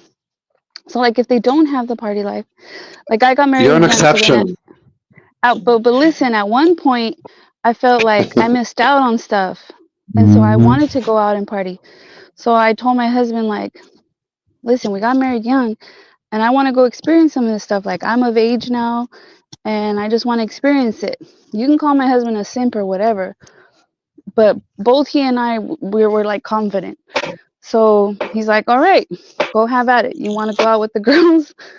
So I went out with the girls. I went clubbing, partying. Obviously, I was faithful, right? I just wanted to go experience. And then I got bored of it because it's stupid. It's Are stupid. you But I had my, introverted? yes, I'm kind well, my husband would say I'm not. I think I am. Mm. I think I am. I just like saw myself at clubs with like sweaty people and like yeah, it's fun for a little bit, but then afterwards it's like it's kind of dumb. Yeah, You're like out That's right. getting drunk, dancing, and guys are Yeah. I hitting can on be you, honest. wanting to dance. But guess what? My husband, he was cool enough to be like, go ahead, go experience it. It's fine. Get it out of your system. If that's what you need to do. And then the same thing for And, him. Like he did the same thing too. And I was like, okay, go ahead. He was out going to the bar with his guy friends from work and stuff. Got it out of his system. And you know what? Are you both young? I can. What did you say? Are you both young? You and your husband? Yeah, we both got married young. Yeah, he's older than me a little bit, but yeah, we're both young. All right. Good, good. What I'm saying is like the It's, partying stuff gets old at some point, but like mostly everybody wants to experience it, I think. yeah, once you experience it, it get old quick. Especially when you get older and have responsibilities. That shit get old. Like I'm out drinking. I used to. I'm talking about. I can show Yeah. you some pictures, and you'd be like, "God damn, y'all was having fun." Like, yeah, I'm fun. I'm I mean, blessed. I some of never it's got a fun, yeah. DUI. Yeah, I'm blessed. I never got no car accident or DUI. I used to get fried and be driving home and shit. Yeah. How long after dating does sex come into the picture? Ooh. Mm. Jason, what up, though? Hey, we got a fellow Aussie up here. Jason from Oh, what up, Sydney. Jason? Hey, another Sydney fellow. He's like a ghost hunter guy. Wait, now that I'm mature, I'll be honest. I wouldn't have sex until you get into a committed relationship. Honestly, I mean, Mm, because dating is just a phase of you getting to know the person.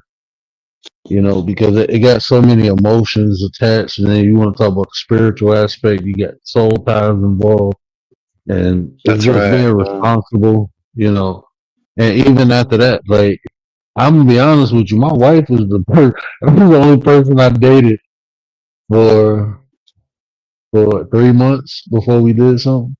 Well, 3 or 4 months. Three I months? never did that. Fuck, that's good. I'm be honest with you. Before my wife, I don't think I dated a girl for a week before I had sex with her. I'm be honest with you. Before I met my wife, it was just something like, bro, I'm telling you, when you meet the right person, it be shit you willing to do, willing you don't. You know, one thing like my wife, I used to get. I'm talking about, bro. When I say You making angry, me like laugh. if a girl, you know how like a girl slap your butt. I used to get angry when women did that. My wife do it, and I start laughing. But I'm telling you, bro, you meet the right That's person. true. Because I didn't like I'm guys calling me baby. I did not like guys calling me baby or babe. But my husband, he could do it. Yeah, yeah.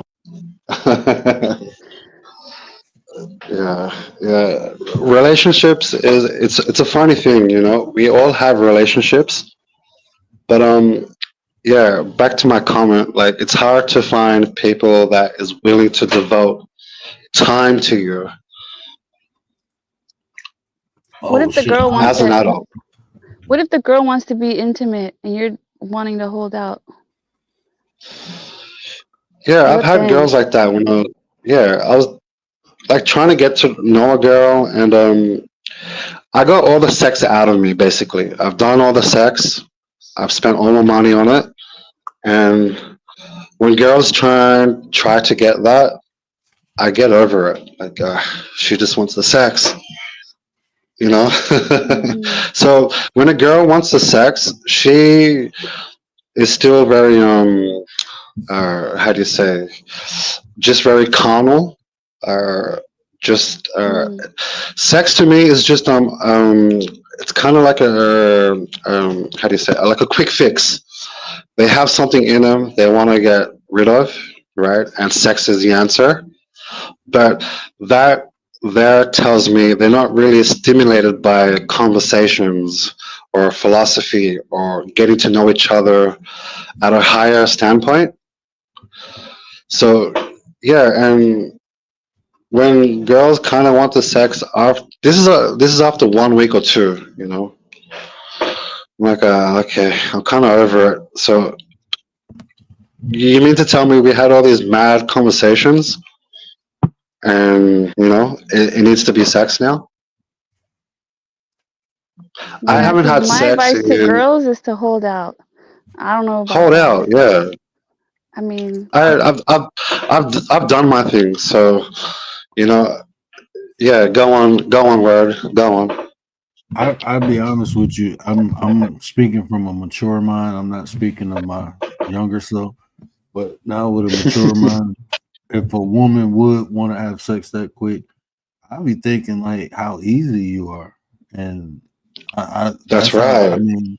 I'm just being honest because like when it comes to sex, I kind of hold women in high regard. Like I feel like um That's right. That's she right. shouldn't just give it to any person. And if it's that easy for me to get it, that made me wonder how easy it Exactly. is for someone else. You know, so Exactly. Exactly. I'm so with you on that one. Right. But what So if it's it a just re? does. Sorry, go ahead. Go on. No, go, Commander. All Well, yours. because there's girls that or women that have had all their intimate time, right? And then now they're holding out, and they may even have kids, and now they're holding out, and then guys will look at them like, "Oh, now you're gonna hold out?" Like it doesn't necessarily mean that they haven't slept with a lot of people just because now they're holding out. Yeah, I'm not looking for single mothers, basically. and I think a lot of those women, I mean, a lot of those men too. That's all they really want is sex. I mean, that's all they really want. I mean, for me now, like I said, speaking with a mature mind, I think about the foundation we're building before because a lot of times, like when I was younger, yeah, the sex be good, but after that, like people became annoying to me. Like I didn't even want to be around you. Like Yeah. soon as it was done, see you, because that's Yep. all. I mean, everything else is whack. Conversation is whack. Yep. Like Yep. I'm good. Like, and then they get mad at me, and I'm like, bro, look, you ain't got nothing else to offer. That was it. We had Yeah. fun now. I mean, You're fucking boring. You're boring. That's how I feel. You're boring. So you'd hold out for the right one, basically. It's not that the being intimate ruined it. Is that they weren't No, to begin with the right one. I haven't like had even sex in 2 years. oh no. But for the right person, well, But not everybody like, can do that. That's like self-control right there. That's I'm mature now. I'm mature now. You know. you just ain't slanging no wang everywhere. But I can go get sex. I can go buy it, and it's much more cost effective to go get it than spending time with a girl. So let me ask you this. So y'all got like brothels and stuff. I think Ozzy was saying that the other day when he was asking about like Yeah. the handicapped person taking them to a brothel. And Yeah. so like when you say, "Oh, I can just buy sex," that's like weird to us in America because you can't just do. You can't. Seriously? I mean, you Is that can. You can legal in not Australia? like there. Brothels? You can't be standing on the street and looking for a car to go buy, but there's brothels everywhere. We have a whole district full of brothels where you can just go and just, pay for But sex. it's not legal. It's not legal. It's just like a unspoken. Yeah, it's illegal, but you can go buy it basically. See, like I think they got brothels in is it Vegas or Texas somewhere south. Vegas for sure. They have the Bunny The Ranch. Bunny Ranch. It used to come on HBO all the time. I know this is a place called the Bunny Ranch. I was like, I thought it was just a TV series, but no, it's a real place. And I'm like, oh shit, I didn't know that. It's like they got a dude ranch too. I'm like, oh, okay, I won't be going there, but And they have like interesting. all the call girls. But I think it's legal in Vegas, but there has to be, just like with anything legal, it has to be like some guidelines to it. Mm. Yeah, like here in Australia, there's a brothel house, and you can only get sex from there, basically. So you won't find girls out on the street prostituting, but everybody knows where to go get it, basically. But being with a call girl or whatever is it's gonna be way different than being with someone in a relationship. Yeah, that's the thing, and that's what I'm saying. I'm over sex, basically. You know, But I you can go can't tell buy a it. That's girl how. that because listen, me being like a woman hearing that, if I was single, I'd be like, well, he's over that. Like I would think I don't know. Trust me. Trust me. I'm not It would be over it. weird. It would be like, I don't want to be with this person who's already over it. What? There's there's a no. There's a difference between sex and intimacy. Those are two very different things. I see what he's saying. He's saying he ain't Yeah, just feeling Yeah, the bang. yeah. He I wants something understand for the What? it. next. Trust me. I'm just saying, don't lead with that. Don't even mention that part. Yeah, I'm gonna say it to you, man. Yeah, because if you're dating and you say, "Well, I want to hold back," or like, "I'm kind of over this," like, I think a woman's gonna side eye that, you know? I think 3 months is good. If you can tolerate somebody 3 months without sex, I think that's okay after 3 months. And that's I mean that's a good amount of time to even know if the person is even worth it, because it's That's so. I right. mean, somebody can get attached to you. I had women attached to me, and I ain't even had sex with them. I'm like, damn, woman, you crazy. I can only imagine if we did do it. Oh, bro, she'd be on some Fatal Attraction type shit. I had a Uh-oh. woman. She put a voodoo doll on my car. I had women come up to my job, like break into the That's a red OR, looking flag. like, "Oh, you crazy That's as a red hell." flag. Like, she was like, "I know you screwing somebody in here." I'm like, "What? You ain't answering my call, so you know you like, man, you tripping, bro. No, you just crazy. This is why I cut you off." Yeah. But yeah, my first love, uh, we were friends at maybe 17, and we got together maybe around 19, and we almost got married, and we kind of got separated at 24, basically. But throughout that whole ordeal, we were basically in love, and about to get married and shit. And her parents didn't like me for some reason, right? And she had toxic friends. That she was a virgin too when I met her. So I'm like, fuck, this is my girl for life. But she had toxic friends that would whisper in her ear, "Don't you want to have multiple sex with other people before you get married?" Crap like Mm. this. And we would have like get-togethers where people come over to our house, and one of the girls put her G-string, her like panties, into her drawers just to sabotage our relationship, basically. And she got suspicious and whatnot. And yeah, we just had toxic circle back then. And it's hard to get back into it when you have a broken heart, especially for a man, I believe. I think when men love, they really love.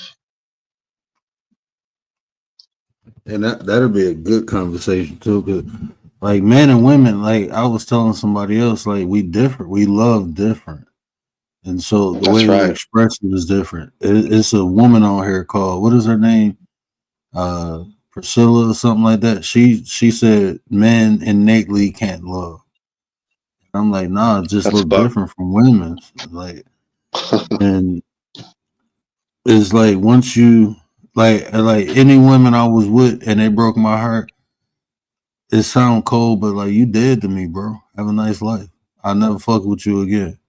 Like I can't, cause that shit. Like when you give your all to a woman and she spit on, man, I'm straight. Hmm. I'm good. K is in the building. A woman once sent me flowers. Sent flowers to me at work after we broke up. We met online and knew each other for 2 weeks. Mhm.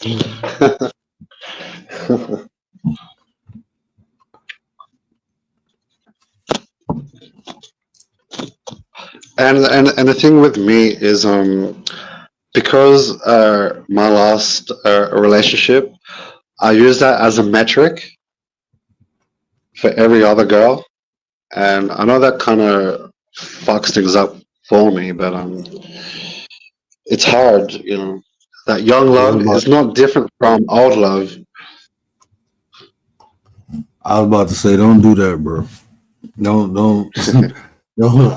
I mean, the reason I say don't do that is because everybody different, man. And yeah, what you had with her might have been good, but you might get something better, but it ain't adding up to what you had, so you won't be able to see it. Yeah, that's my mistake, and I know it,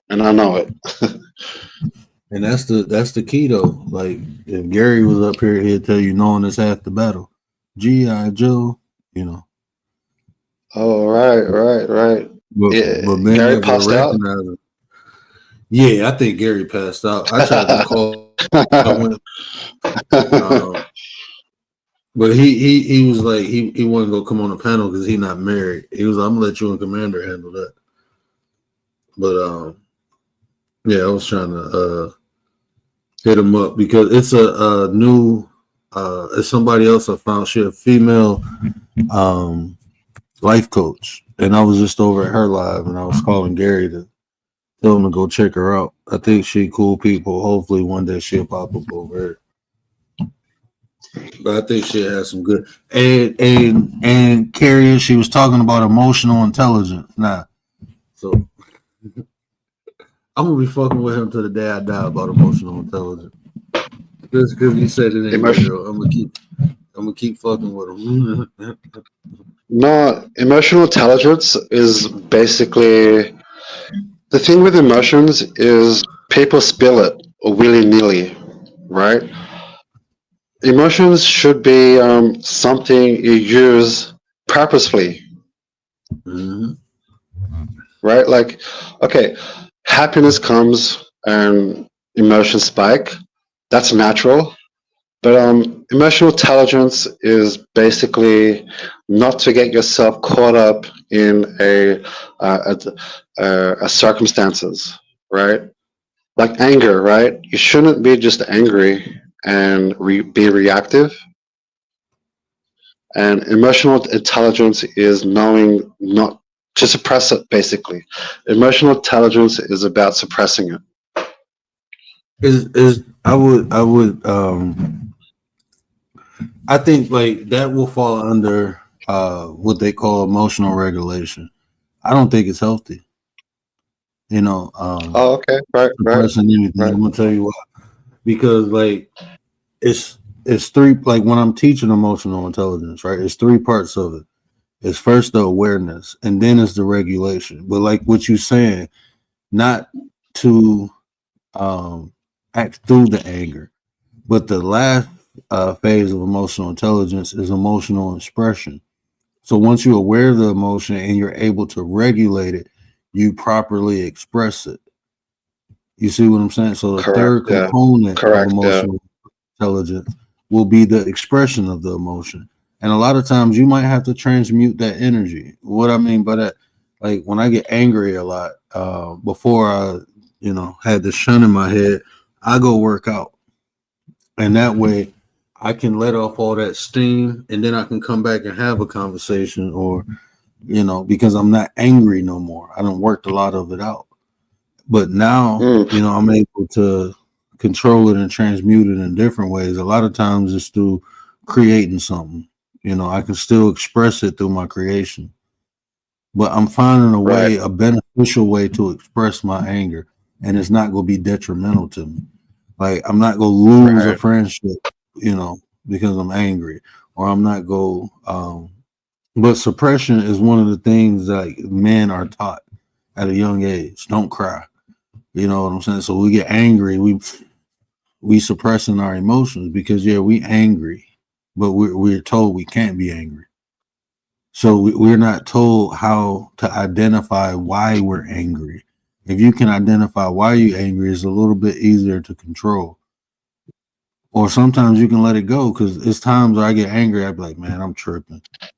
But I'm able to think about the situation and realize like, okay, most people like with our emotions. I like in my philosophy, I always tell people that emotions are the language of our soul. That's how our soul is communicating with it. It's through our emotion. And what I mean by that, it's guiding us. It's like our internal guidance system. It's telling us how the inside feel about the outside. Okay, this situation, I don't feel good about it. Why don't I feel good about it? Okay, it's for me to identify. It's for my conscious self to identify. My soul is just telling me like, hey, this ain't good for us. But now I gotta articulate why or figure out why it's not good for us. And then sometimes it might be because I'm ignorant to something. So yeah, I feel bad about it, but actually it's a good thing. Once I got the information, that whole emotion about that situation changes. Yeah, perfectly said. Yeah, I'm with you on that one. And just to bounce off that as well, uh, emotional intelligence is also understanding someone else's emotions. Yes, sir. Body language, and behavior. So yeah, what you just said was perfect. And what does it mean to be too emotional? Um, like when I hear that too emotional, you letting your emotions override your thought. And what I mean by that is Hmm. like you Hmm. allow, because like even think about this, right?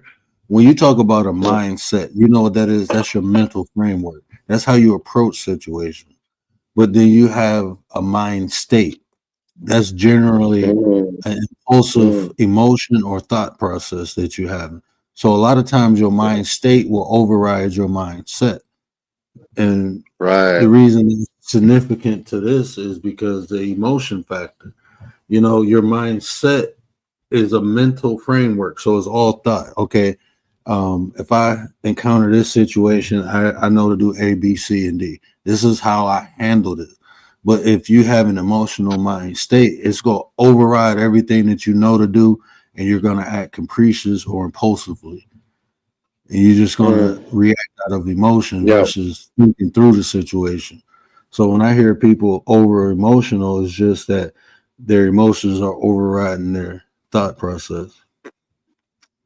When I hear it, that's how I Yeah. conceive it.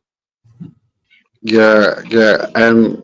And we can see examples of this in our daily lives.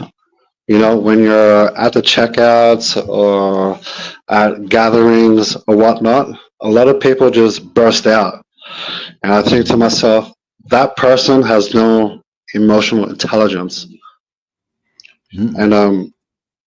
and when you Or they've witness been this drinking type too much. of,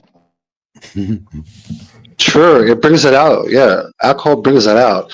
And alcohol can be a good thing to see what the person is about too, because alcohol really takes away your regulation. Ooh, You your know what I mean? inhibitions. Your inhibition. That's right. And emotional intelligence, we see it in our daily affairs, and emotional intelligence too is when you witness it, you actually comprehend somebody else's wrongdoings or outburst, and I internalize it too when it comes to emotional intelligence. You'll never catch me being angry or just have an outburst or whatnot, because I've seen it too many times, and I can see how emotions can be the leading factor to everyone's detriment, basically. Mm. Yeah, the And lack of control of one's emotions. Fact. 100%, 100%. And okay, so emotional intelligence. What does it mean to be uh, this not emotional? Not emotional? Like having too Yeah. much emotional intelligence? No, no, no. Or what do you mean? No Yeah. emotions? So Like a so sociopath when type person? kinder, Kinda. So okay, so there's an event and something happens and everyone's happy and clapping, but you're very stoic. Or there's a death in the family, you should be crying, but you're very straight Mm, face, you know? There's certain I don't interactions think that's a where, bad thing. so yeah, so what does it mean to be having no emotions? I get told that to me a lot. I don't think that's a bad But thing I because don't. maybe the person, like everybody reacts to things differently, and maybe they're not showing their emotion right then, but maybe in privacy they might. And, Yeah, I and got caught. I got. Yeah, go on, word. Sorry. oh no, go ahead, because I'm gonna build off of your point. I think I know what you're about to say, but Of course you do. Mhm. Yeah, we had a death in the family. Everybody was crying. I didn't, and because I didn't cry, everyone was angry at me, and they were speculating and whatnot. You know, and at that time I just didn't feel like I needed to cry. Right? I was trying to comprehend the fact a death just happened, but it's hard for me to build a tear to start crying. I can't do that. Like just spontaneously cry, right? And Even though the you emotions, didn't feel like crying at all. no, Huh? I felt the emotions, but it didn't call for me to cry, basically. Is it because And it's around everyone's like, people? no, no, No. no. Did you I, cry I, in I wanted to private? cry. I wanted Did to you cry cry. in private? I cried later. Okay, But see? and when I say cry, I mean like I shed a tear, right? Right. But yeah, yeah. I want to hear See, what Word have to say. that's a lot to unpack because when I hear that, the first question I have, did you have any type of emotional connection to the person? And what was it? You know what I'm saying? I mean, a lot of it's like, bro, it's times where I'm supposed to cry, I don't cry because I Yeah. don't have that type of emotional connection to the person. Like, oh, it's sad and I feel a loss, I'm gonna miss them, but damn, there's nothing for me to cry for. So that's the first thing I would question. Like, what was the emotional connection with the Yeah. person for you to cry in the first place? But he felt Yeah. emotions. He did feel it. I mean, you No. feel it, Yeah. but like crying is actually it's an expression. So I mean, I just sum that up to emotional regulation. He was able to control the emotion because Okay. Because I'm a Yeah. crying I little is see bit where more you're like coming that from. voluntary. too. I'm a little bit like that too. Yeah, crying is an expression of emotion. So if you can regulate it, there's no need to the way you express it will be different. Like he said, he felt it, but he just didn't express it, and I don't think there's nothing wrong with that. Right. Yeah. It was my uncle, basically. You know, taking me out for dinner. He would give me money under the table. Don't tell your dad I gave you some money. Shit like that. You know. And he died, but at the same time, I was kind of happy for him. Basically, it's weird. That's You not know, weird. I kind I of, mean, was he suffering? yeah. He didn't suffer at all. You know. It was a quick death, basically. I'll just say that it was a quick Well, death, unexpected, why was you and happy for him? I don't mean to laugh, but it's like yeah, usually when people say I was happy, that's because they were because suffering. I'm just interested. no, yeah, because no, my uncle, I didn't have the same relationship with my uncle that I did with my dad, basically, and my dad was the one, uh, kind of wasn't there for me. He had his own thing going on, but my uncle felt like he had to uh, replace or what my dad couldn't give. But me and my uncle, sorry, would always talk about death. You know how uh, death is the most scariest thing, and uh, you know, and I kind of envied him that he died earlier. in a sense. Like he got to do the thing that we're all scared of, and we had a lot of moments where we used to talk about that as well, you know. So and when you're scared of death, you're expecting it to come. So when he died, he wasn't expecting to die, and I'm like, fuck, you know, I'm happy. He for him And basically, it you was know, quick. it was quick, you know, and say you got like a cancer and you're expecting to die. That's scary. You're waiting. He didn't have to wait, you know. I see your It just came point. to him like that. So I was like, fuck, uncle, you got the thing. You weren't scared of death, but it came to you so quickly. You didn't have to think about it. And I envy him. I see. I could see that. That makes sense.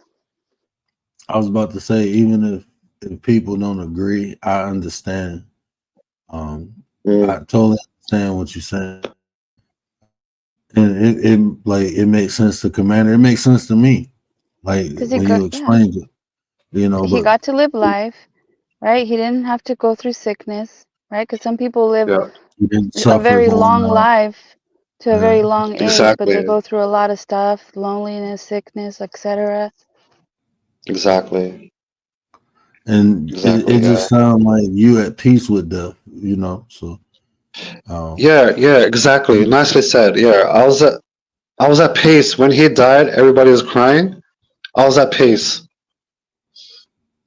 like this you want to hear something? I'm gonna be honest with you. This is so fucked up. Like I don't like even when I lose someone, I'm angry, so I don't cry. What you know what makes me cry is seeing the people that's still around that's hurting, like my aunts and stuff like Mm-hmm. that. That's what make me cry. Is Seeing Yeah. I'm them like, sad. yeah, that's what really does it for me. But when I'm thinking, because I lost like 3 or 4 family members in this last year, and it's like one of them I cried for, the other ones I was just pissed off.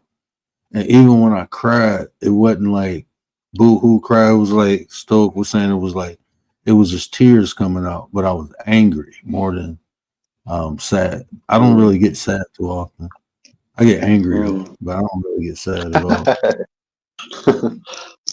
Yeah, that's when you're caught to be angry. That's emotional intelligence, basically. What we're talking about. I love I'm at peace with anger. I'm like anger is a happy place for me. Wow, Because that's it don't profound. I'm able to utilize anger. I can't do nothing with sadness. That when I don't like that feeling. When I'm sad, I hurry up and get angry. I ain't gonna lie to you. Because angry, Hey, I that's can do something like that. Yeah. I yeah, can't do nothing. that's an oxymoron. That's an oxymoron. You know, I never heard that before. I'm at peace with anger. Hey, you Yeah. got me. That's Anger. I mean, think about it, bro. You know how many beautiful things have been brought into this world through the energy or expression of anger, artwork, music, even oh, movies and books. for real. Yeah, Yeah, you for can real. do some that energy is very volatile, but if you can contain it and control it, it's one of the best energies to use to actually create. You know, it's Yeah, just how you yeah, utilize it. You can use it to destroy or build. It's raw you're energy, bro. actually That's right. all it is. Yeah, Yeah, anger can compel you to do something. yeah. That's how you know you when you angry. That's when you normally do stuff. I just learned not to be capricious or not to be impulsive when I'm angry. Well, I had to make my husband angry so that he can go cut cut down a tree that needed to be cut down. He took that anger and he cut down that tree quick. That's so funny. So it could be positive. You But can't. I'm telling you. Yeah. going back to the no emotions, which is kind of interesting because I started thinking my husband, he's very reserved. He doesn't really show a lot of emotions like in front of people, like in like, but behind closed doors, like in our house, I mean, I could see where that could be like a red flag, but like with me, he's laugh, we joke, he's silly, but just like in general, he's reserved and quiet. And I That's bet the best you he thing. wouldn't show those emotions. Like, Yeah, yeah, that's the best thing. You get to see all of him, right? And when he's in social settings, he's reserved. That's mm, Sigma, basically. You know, you get to see him. You get to know you know more of him than anyone else could know, yeah. basically. So it could That can be where on. somebody might say that's a red flag. Your husband's weird. He's not talking. He's this or he's not showing those emotions. But I'm just like, well, that's just him. I almost sometimes get offended when people start judging my husband like that. But see, it's the difference of not expressing emotion and not having empathy. I don't think there's nothing wrong with not expressing emotions, but if a person does not have empathy, that's usually classified as either a social or psychopath, some type of psychopathy. Um, when people lack Yeah, empathy, that's one of the top indicators, that a person has some type of mental issue. But yeah. that's So my bad. Go ahead. yeah, to be psychopathic is to be void of empathy, right? Mhm. You can be stigma and still have empathy, but it's very selective, right? But to be psychopathic is to not feel when you do wrong. Yeah. Psychopaths are very calculative and they will tread on you and not feel a type of way.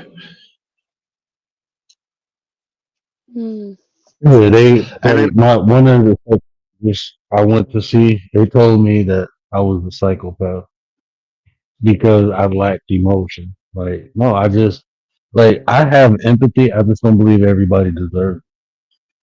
that part. yeah, Life experience. yeah, yeah, that word just gets thrown out a lot. You're a psychopath, Hmm. you're sociopathic, but most people are sociopathic than they are psychopathic, basically. And an example of this is the corporate world. If you've ever been in the corporate world, you'll find psychopathics working there. They try to climb Hmm. the ladder. They don't care who they fuck over. They just want to They're the climb the ones in the ladder highest and positions, huh, Stoic? Do you, correct, correct, do correct. you know what separates a psychopath from a sociopath? Birth? Empathy? Uh, Mm-mm. Nope. Because sociopaths don't feel empathy neither. But one is developed through environmental or societal, uh, and then the other one is born. Like psychopaths are born. yeah, They that's what I meant born. by birth. They're Sociopaths, like Okay. yeah, born that way. yeah, they was born that way. Well, sociopaths are developed. Like they develop through life experiences. I As a I ain't even think, gonna kid, tell y'all what I just fucking did. as a child, Mm.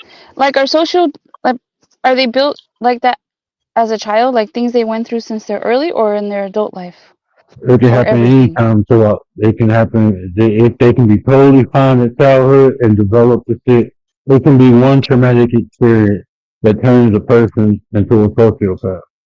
One thing, they could have had Really? some traumatic experience when they was in their 20s or 30s and then it turned them into a sociopath. Well, So it's not that they yeah, were so spoiled.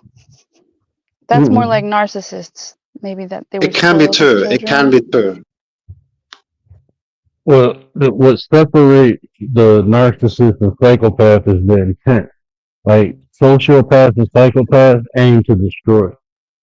You know, narcissists normally they want to dominate. So it's two different intents on why they doing so. Like narcissists they can feel empathy. They just don't display it. Like they utilize it to their benefit. Like that's one of the forms of manipulation they would use is through emotion. But what separates the narcissist and the psychopath and sociopath is the intent of why are they doing these things. You know, sociopaths and psychopaths, they just want to dominate. Not. I don't want to use the term dominate, but they want to destroy. They don't care what happens to a person, right? They don't give a fuck. Like if they destroy you, then they destroy you. But True. a narcissist, they want to dominate you. So no, they don't want to destroy you. They want you around just so they can dominate you. Like Machiavellianism, they just want to use you. So you know how you've experienced or maybe secondhand experience where people they just use people up until they ain't a value no more and then they throw them away. That's not a narcissist or a psychopath. That's Machiavellian. Their Mm. intent is to use you. You're just a means to an end to people. So a Machiavellian is not a narcissist. They're narcissistic ways, Okay. It's a but technically branch. they're It's a not. branch. Yeah. Well, It's a branch. So Machiavellianism is totally like you know who Giovanni Machiavelli is? No. That's where they get that from, Machiavellianism. That's Giovanni Machiavelli. That's who he wrote a book. It was like the first 48 laws of power, basically. It was a book of manipulation, of how to manipulate people. So So that how whole long has that been concept around? The Machiavellianism. of centuries. Centuries? Because I yeah, hardly yeah, hear that yeah, word. yeah. I don't really hear You heard it people from use that Tupac. word. You heard it from Tupac, Machiavelli. That's when he faked his death. That's what Machiavelli. That's where he got it from. But that was like Okay. the author of manipulation. So sociopaths and psychopaths don't have emotions. Even what about for themselves? Not even for themselves. They lack I would, emotion. Oh, go yeah, ahead. I would say, go on. Sorry, my bad. So They like I lack said, emotions even for themselves. They don't feel sorry for themselves at all or nothing. Like no emotions for themselves either. it's not like psychopaths don't normally feel anything. Like whatever they do is right. You know, They're sociopaths can reserved. mess this up. Yeah. They What about sociopaths. Yeah. anger? Because anger is an emotion. Well, empathy is Yes. something different from emotion expression. You know, they always Okay. feel wrong. You know, whatever you do Okay. wrong, them that's what justifies them to do what you do. But feeling like empathy is feeling for someone else. It's not really feeling for yourself. Like people say you need empathy, that's self love. But when you Okay. So think they of have empathy, emotions. They just don't have good emotions, yeah, basically. yeah, it's not reserved for anyone else. Like Stoic will say, if life is about them, they feel Yeah, justified in every action they take. yeah.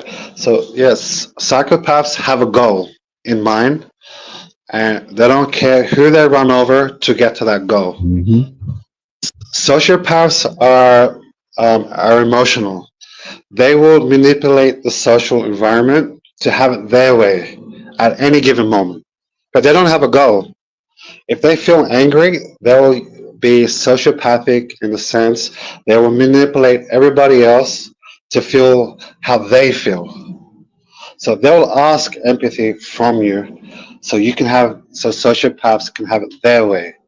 Basically, we But would then have using it bumped to you. into yeah, we would have bumped into people like this. Would have had friends like this, right? It's all about them, and Mm-hmm. it's about their emotion. So yeah, Mm. most people in public are sociopaths. A psychopath, you won't see them. You won't see them They at don't all. really deal with too many people. They more psychopaths are more like lone wolf. That's right. Like That's when you right. Can a think of people psychopath like have a family? Of course. not normal. I mean, they highly function psychopath. Like that's what I Yeah, was yeah. told. I was a high functional psychopath. Like what? That's right. But That's it'll right. still be Yeah. all about them. That's right. Yeah, It'll they're still functional. They can be in public. They won't cause a scene, but they're very psychopathic and yeah, they're very functional in that scene. So usually psychopaths, when they see a sociopath, they will use them in such a way they can manipulate them. Wow. I've seen it. I've seen it. I've Wow. seen it. Yeah. Well, a sociopath probably deserves it too. True, but a sociopath too is ignorant. They're very ignorant. I mean, if you let your emotions guide you through your daily affairs, that's not the best way to go through life, you know? Right. And see this. The reason why I asked if they have a family or whatever is because, and those are things that people want to look out for before they marry a sociopath or a psychopath. Yeah, so a psychopath, they will have a family, they will have the children. It's because it needs be, right? So when you're growing up through the adult life, you are supposed to have a wife. You're supposed to have that kid, and you can be a psychopathic throughout that whole ordeal, basically.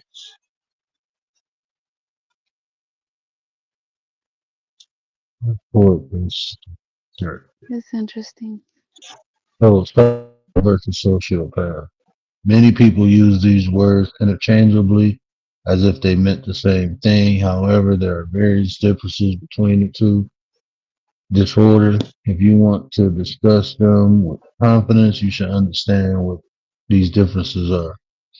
So, psychopath is someone who gets the disorder because of genetic predisposition. Sociopath displays antisocial behavior because of environmental factors.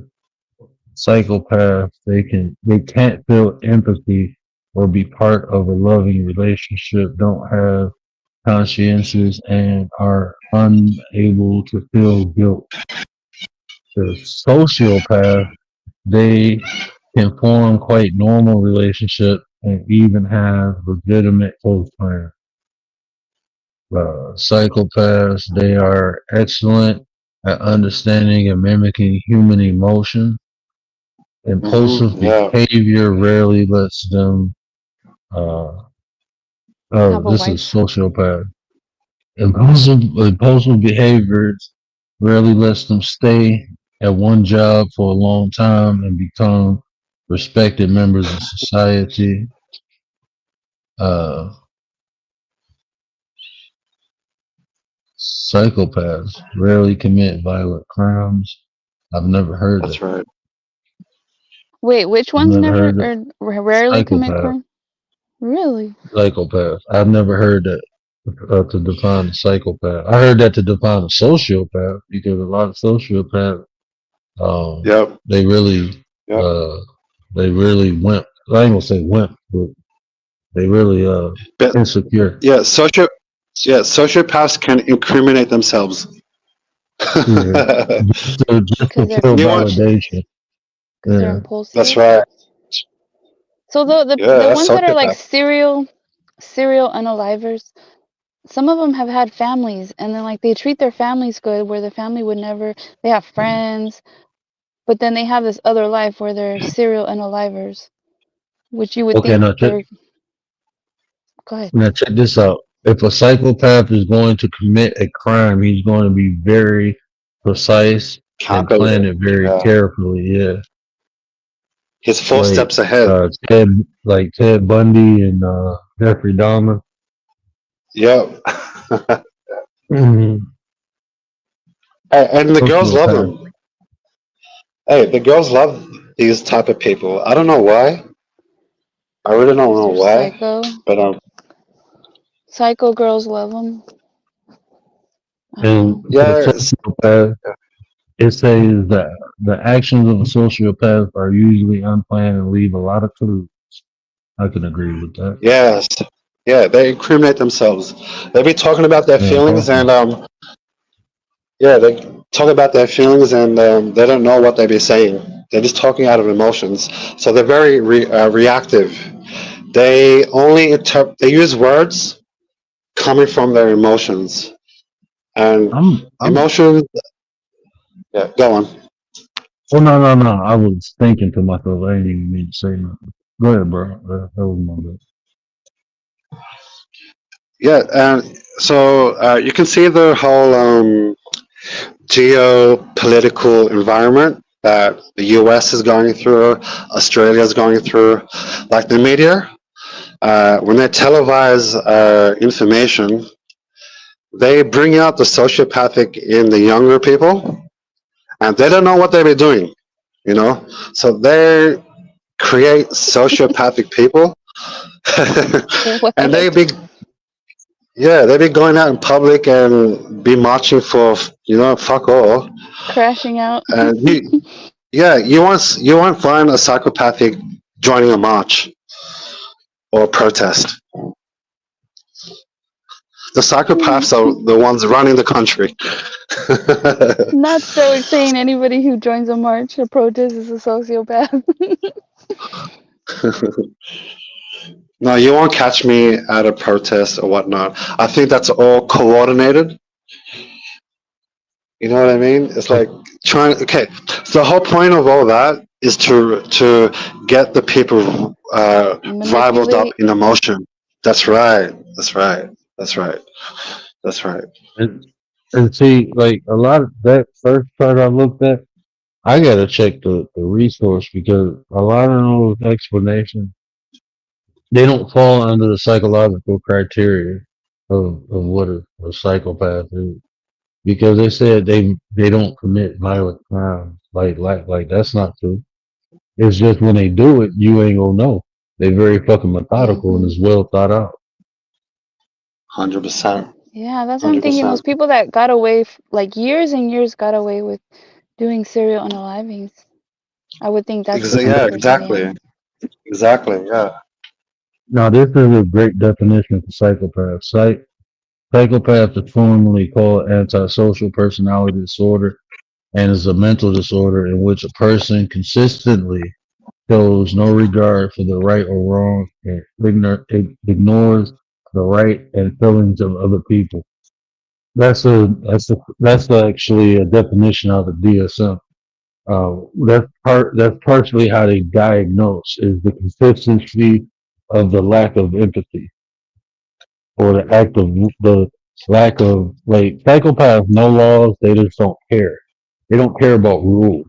Rules don't like society rules don't govern them. This was one of the reasons they said I was a psychopath because it's just certain things like I obey laws. I just don't believe in them, but I know there's a consequence of not following through. I just think a lot of it is bullshit. Like, if I Yeah. felt like going 80 or 100 miles per hour because my car do it, and I'm not infringing on, and I'm not hurting nobody, I'm gonna do it. I'm gonna drive 120 if I want. Leave me the fuck alone. I'm not bothering nobody. I ain't hurting nobody. Yeah, you're right. You're right. We all kind of lean one way or the other, to be honest. Really, if you think about it.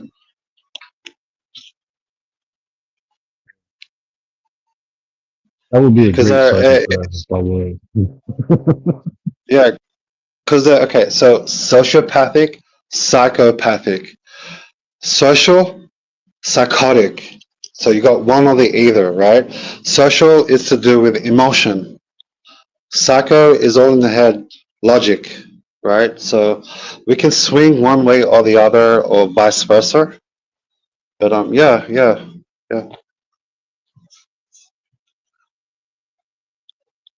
So, Commander, what you think you are, a sociopath or a psychopath? I I don't think know. I was Commander's a thinking. psychopath.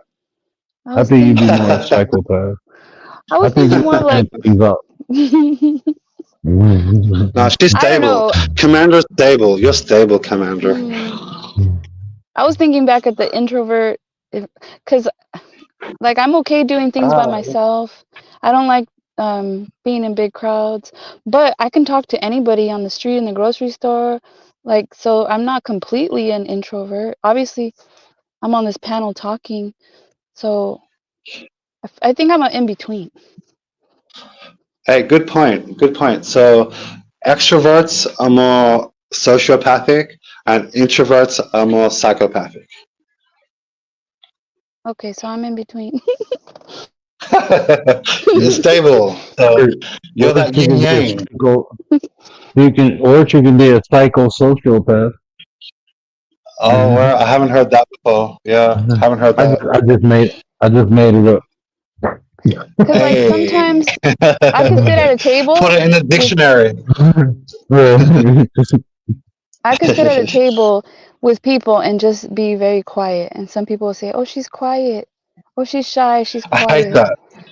I hate that. But I hate that. I can also, like, if nobody's talking, then I'll be the one to talk if no one else is talking. So I'm not Because it's necessarily like awkward, or shy. Maybe because it's awkward, and if yeah, like if someone else is louder and I'll stay back and I won't talk a whole bunch. But if it's quiet, then I'll be the one to start up a conversation and talk. you know what I love? When I'm in a social setting, and when everyone's talking and that silence comes through, I like to watch everybody and how they Mhm. deal with the silence, because a lot of people don't like silence. So a lot of people start fidgeting or trying to figure out what to say, or you know what I mean? Mhm. I love, yeah, yeah. Maybe I'm psychopathic. I don't know. Well, you can just be observant. You can just be observant, bro. Like I can be the Yeah, life yeah. of the party, or I can be a fly on the wall. I can be either Yeah, one, depending yeah. how I feel. And sometimes I've been called Nicely stuck said. up. Yeah. Oh shit, Commander, we got that's a skunk. It's on my neighbor's porch. A skunk? Yeah, Oh no. I seen a white tail go. Don't mess with it. Mm-mm. Skunks like me, believe it or not. Make a friend. Make a friend. It's easier for me to make friends with animals than humans.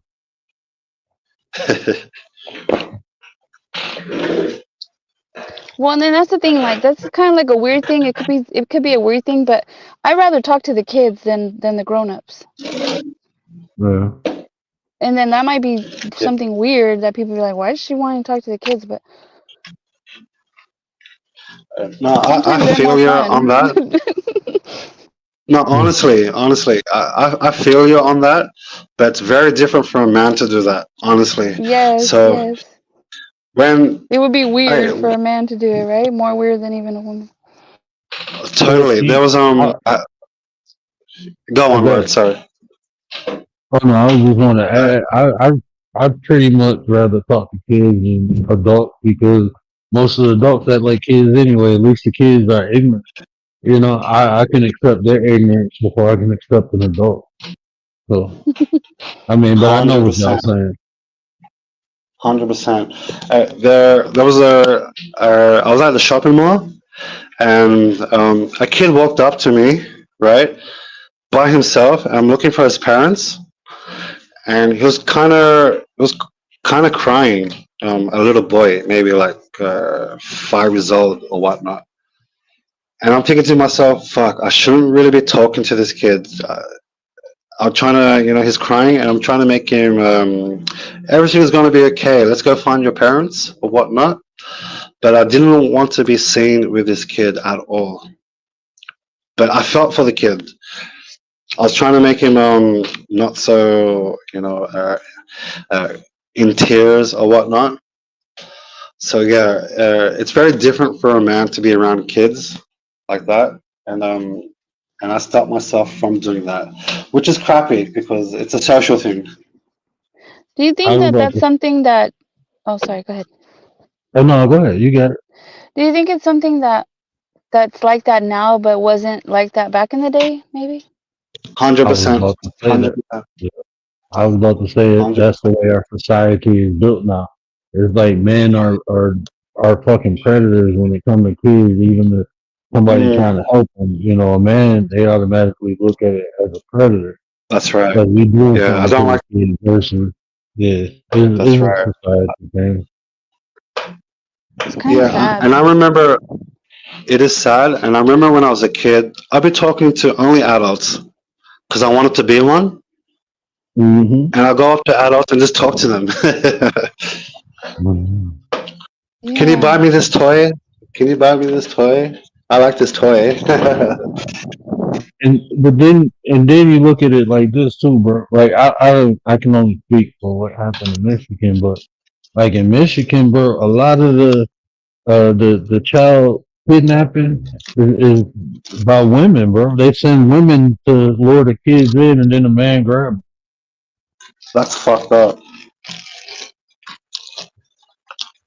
Yeah, you can't trust women either. Like, can't trust men, women, like strangers, family members. You can't trust people. You got to be watchful with your kids.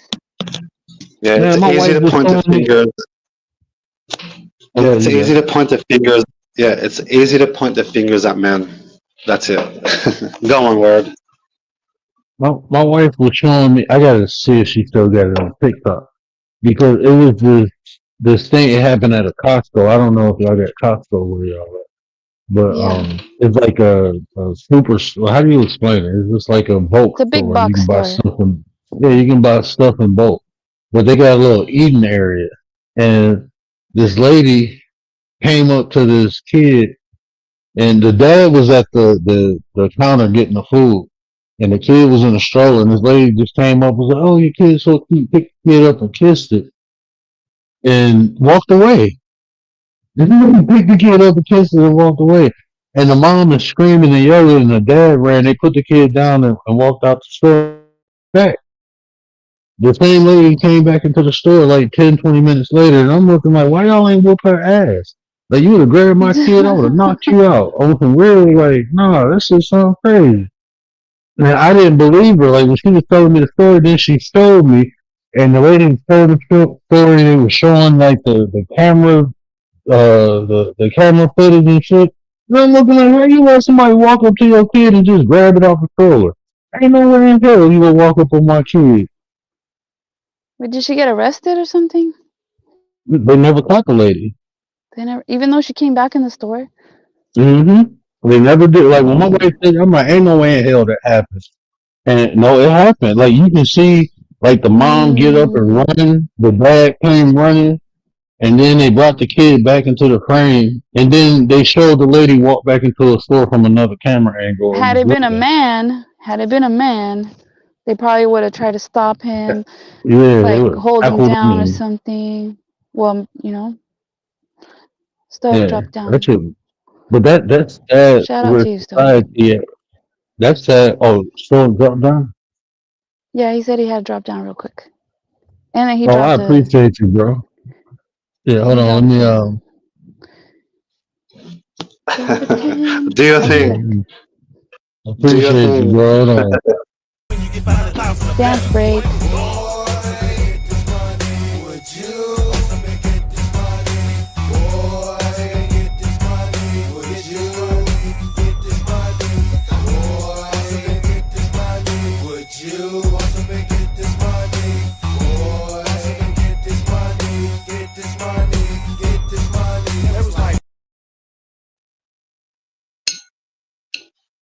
Hey, thank you so much. I be I love talking, and I've adopted you as my therapist. Word. I appreciate you, bro. I appreciate it, man. You add to this channel, man, and I'm grateful for that because this YouTube thing can be crazy, bro. I had a hell of experience on here. So when people come Yep. through and have good conversations and support, bro, I'm just grateful.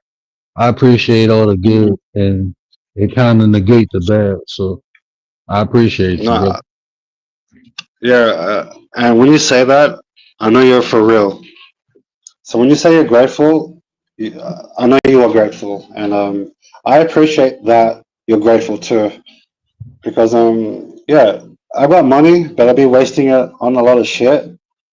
But yeah, hey, if it helps you, helps us, a better you, better us. I believe in that. Oh shit! Oh, Oh shit! Oh that's shit! I was giving it in the chat. I really do.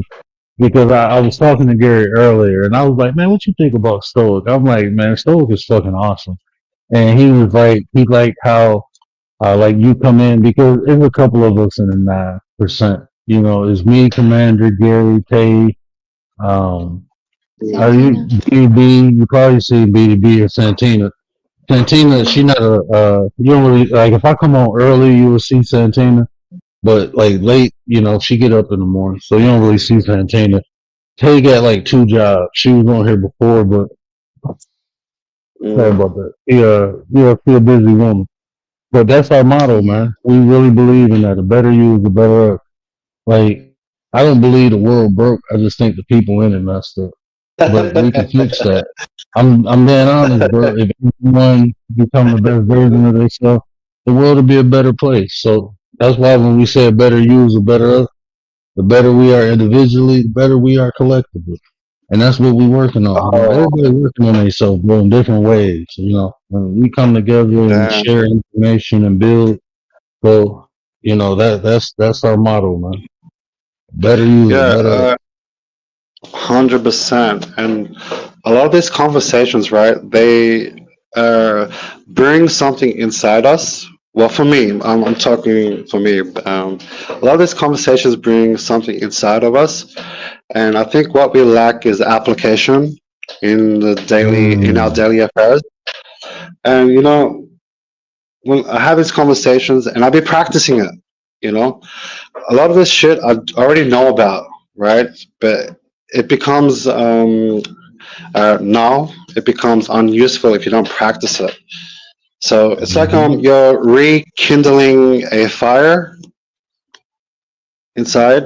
Like Nice. I'm not without my flaws. I'm not without my flaws, and I recognize it. And talking to you and Commander, uh, you put up a mirror, and I see myself for the ugly side, and I don't mind it, and I actually do like it, and I kind of want to be out there just putting it into practice. Yeah, and I think Like, when you sorry, go I'm ahead. sorry. Go ahead, Commander. No, no, you got it. You got it. No, I was gonna tell him when he meets the right one, he's gonna know. You're just gonna know. Yeah. And I think in Hey, advance Commander. you should feel that gratefulness for that person, even though you've not met her. You should think about her. You should Hundred think about percent, her. You Commander. should imagine the things that you want and actually feel them and know that she's out there. And when you meet her, you're gonna know. Hey, can I say, Commander, your voice is very nurturing. So you can tell me anything, and I just feel nurtured. You'll believe it. I don't believe it. You know what? Yeah, you got that. You got that Good. voice. It's very soothing. Very soothing. You can Thank you. say whatever, and you sound very nurturing, and I like that about you as well. And I like how you're always up in panel supporting work too. It's just not a man's conversation. You come up and you kind of break it up. I like that. Yeah, I try. Commander keep me in check, bro. I'm gonna be honest. That's why I call it a minister of defense, bro. The general, the Hey, yeah, commander. you're Look, right. the commander. No, you know what, man? We love commander over here, and commander is a huge part. Honestly, this channel right now wouldn't be what it's going to be without commander, man. Oh, thank Without the you. nine, but I gotta give. I want to include everybody, but right now I'm giving commander her flowers. And, We all play a part. like, Yep, we We all the yep. do. part that but let me single out commander and put the spotlight on commander because it's like all of us except commander we talk offline and it's so like her like we don't talk to commander I don't offline talk but offline to anybody. Yeah. it's like but bro I can make a I'm probably the show only or I one. can yeah and but listen to what I'm saying. I can make a show and Commander will come up here and add to it without conversation, prior conversation, because how observant she is. It's things about Commander I don't think people appreciate, but Commander is very observant.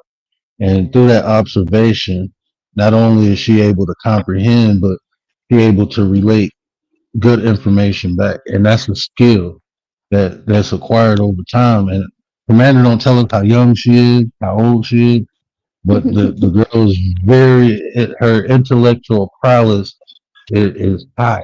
Is very fucking high. And I Yeah, I appreciate I know. could watching be her old enough to grow. be everyone's mother or young enough to be everyone's daughter. Nobody ever will know. But I'm a That's very filler. Commander, I call sweet. myself a I'm at the filler. tail. Man, you more than a filler, man. You I do come up more here than to fill the filler. space and time until somebody else comes up. You do more than that, man. You add to the content. You help build the content. The way you support on, even though she don't talk to us offline, she share. She go to the other communities. She drag people over here by their neck and make them listen to me talk nonsense. So I mean, I can't. I can't be. Yeah. I mean, like, I can't even express how grateful I am to it. I'm gonna be able to show it one day. Once we get big, I'm gonna be able to show Commander how much I Oh, appreciate it. thank you. Thank you. I don't expect anything at all. I always say one day I'm gonna disappear and I'll be gone. And don't cry for me, Argentina. But No, yeah, I love how you break up the conversations, Commander, as well. It's like what Word said. It's just not men having conversations with men. You kind of do break it up, and I love how you. I know you love to listen too. I think you actually love to listen, and you like to pull out thoughts from people in the conversations. Like the other live, word had to go out early. I'm not sure early, but I wanted to kick it with Gary, right? And you were there telling Gary Stoic wants to kick it with you, and you kind of wanted to keep the conversation going because yeah. everyone's going to Easy's live, and as much as I like Easy's live, it just gets too noisy and chaotic, and these type of conversations I prefer. Yeah, Easy. I like listening to Easy and all the what does he call it? The blood sport. What's up? Are you crazy? How Wait, you are doing? you Welcome. crazy? What up, though? Are you Hey, crazy? crazy. Yes, I I was am. Sometimes. man, I was over at Easy Stat earlier. I'm like, bro, where are you finding these people on TikTok? My whole TikTok algorithm is people selling shit. I'm like, I want to get into these conversations. Like this dude was Oh, you like, got God doesn't exist because suffering does. Like, bro, what? That shit don't even. And then you hearing the people trying to rebuttal. I'm like, bro, that shit don't even sound right. Like, what the fuck? God You should don't have heard exist. yesterday. There was a girl on there saying that comparing a molar pregnancy to viable pregnancy. Who? They were the argument was like why should a well she called it uh gestational slavery, making a woman carry a baby, and not being able to choose for herself to unalive her baby basically. And she was Like, having the how don't you? conversation. What's that? How do you not choose for yourself to have a baby unless you use the R word? And I can understand. But other than that, you opened your fucking leg. You know that's it's plausible. There's a high probability you get pregnant when you open your leg. Yeah, so Easy was saying, it's human life. Like it's human life. And then she compared it to a molar pregnancy and said that's human life as well. It has all the characteristics for human life, for life. So what then comparing it, but I mean it's two different things. Like a molar pregnancy is basically like a tumor pregnancy. Yeah, like I can't like when people like the way they try to synchronize shit. I'd be like, bro, that don't like it's certain like this and this is no shot against nobody. You know I fuck with words, right, Commander? So I keep hearing people like when I heard people like I thought transgender was when people identify as now correct me, I might be ignorant because this ain't my forte, my expertise is not. But I like when you transgender, I thought it was like when people identify as the opposite sex or the opposite gender. Is Well, that it what is, isn't it? transgender? Well, Let yeah, me and then look it but up. then but then they take it one step further and then they actually transition with surgeries. Okay, now even that. Okay, so you can't transition if you're a male It's impossible by terminology to transgender into another fucking Oh, but gender. they You they can't do try, that. right? I mean, but they Impossible. use them. You can't like transition means to move from one to the other, but even if what you're doing is altering yourself. That's what is not a transition, is an alteration. You They're all getting they're boobs. they're trying to alter their physical to match their mental, I guess, Yeah, but what that's they why feel in their brain. that's why they that's why they say they're on the spectrum. So it's either or. There's no spectrum. So they use words and sensationalize it, you know, and it's all the words and terminologies are weaponized. These are Yeah, sociopathic people that are using these words. like it is. I don't have to live nobody's life, so I don't judge people, but it's like you can't just paint something or create something because it makes you feel better, right? That shit. If that's the case, I mean, Yeah. that I don't know, bro. And like Hey, I from try to understand. I just can't get into it, bro. I'm just being honest. Like I'm in this aspect, but like I've been reading the DSM since I was 11 years old. So even in I think it was the DS3 is when they changed like gay from a psychological thing. They took it out of. I think it was the DSM-3 is when they took gay out as a psychological disorder. But even now, like I accept, like if you tell me that you have a desire to be with a man, I can accept that. Like I can accept that. But if you like when you tell me you was born that way with the desire, it's like mm, I can even I can't say how people are born with a desire. That's just something you like, but you can't. A yeah, desire you know is what it was? something. That's a sexual Yeah, preference, bro. That's all it is. It's not like I love men. I love the But men it's in my more family. I than love my that. male friends. That's what I'm trying to understand. Like, so what is it? Like, I feel like, if I'm a boy and I feel like a female, I mean, what's the difference of me feeling like I'm fucking Batman, bro? I'm just being honest. Like, I can feel like I'm anything. I can feel like I'm a cat. You got people identifying as fucking cats now. They want litter boxes in bathrooms. I thought that was a joke. That's weird shit. That's weird shit, hey, bro. I thought that was a joke. mm, you know what it was for me growing up? We known them as transvestites, and they were the type of people on a Saturday night get dressed as females, right? And we accepted that, right? Growing up, and now it's just changed into actually wanting to be something you're not, right? Fully converted Because into that instead of just on the right, weekend. and the problem is not accepting them as they are. That's my issue. They That's the only issue yes. I have. Like I Mm, will like you. I'm not forcing nothing on you. Don't try to force nothing on me. But the people who that's don't right. do that, then I'm fine with that. Like I don't believe I know any transgender people offline. But I got gay family members. I got gay friends. I got two gay friends and two gay Mm, like somebody once I called me grew up with them. homophobic. I'm like, right. You know what I'm saying? Like a phobia is a fear. I don't fear anybody. You know, it's just I don't Fuck. indulge in that. But the gay people I know, they tell me like, no, I just like, I I don't know. I don't know. Frankie, what Frankie Yeah. in up, the though? Hey, chat. What up, Frankie? hey, hey. Picture this. This is the psychopathic picking on the sociopathic. Remember our conversations?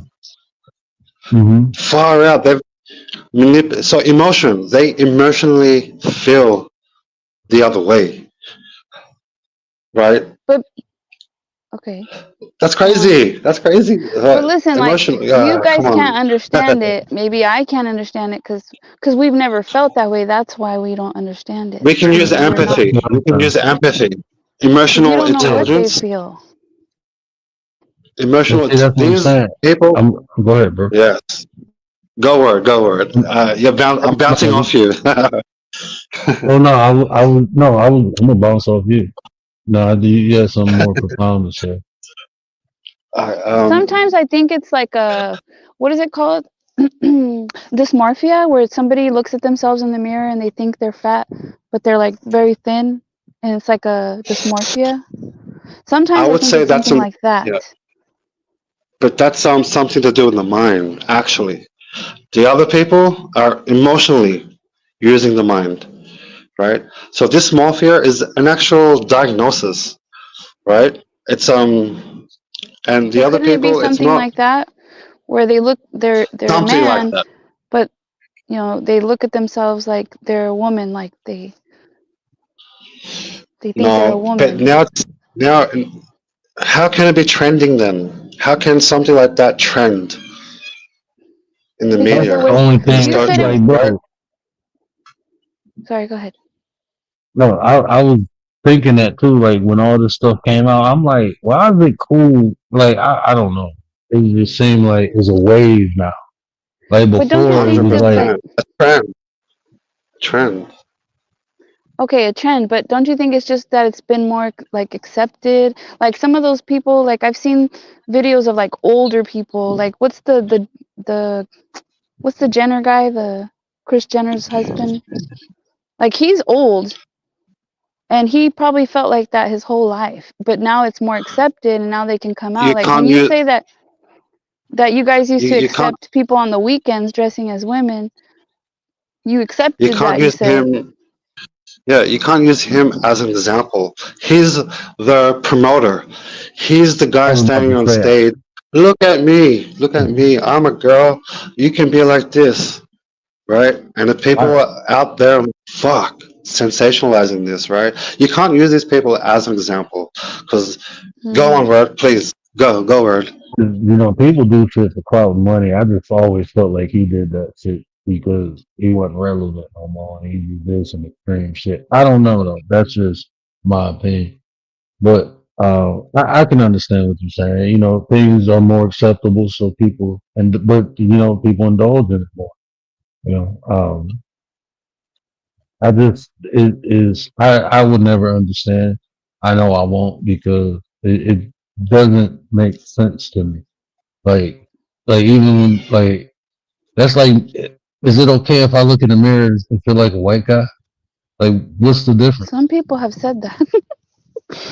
But I'm what would saying, Some be but the people that's have not point, said though? accepted. Yeah, But that's yeah. not accepted though. Old girl she was part of the NAACP. They found out she was white, and then even white oh people, and yeah, it's like, yeah. yeah, like that's like I'm not. It There's, just like if that's the case, I mean, the way like I'm trying like is that you're trying to understand like how something that you do just can't understand. I can't comprehend because like how do a woman feel compared to how a man feels?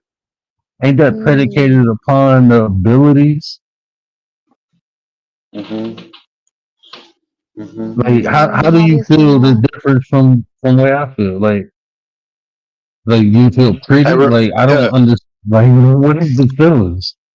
Like what and does a yeah, man feel that a woman doesn't feel, and what does a woman feel that a man doesn't feel? I don't understand how you and can feel like something.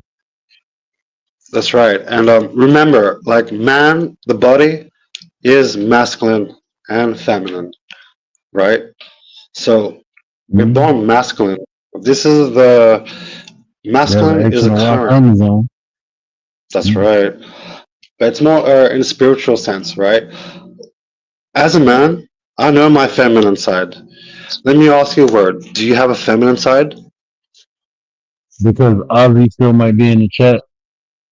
I'm a um I'm gonna say yes. I know I do, but I know I'm gonna get Uh, hell for that. I'm gonna get hell for that.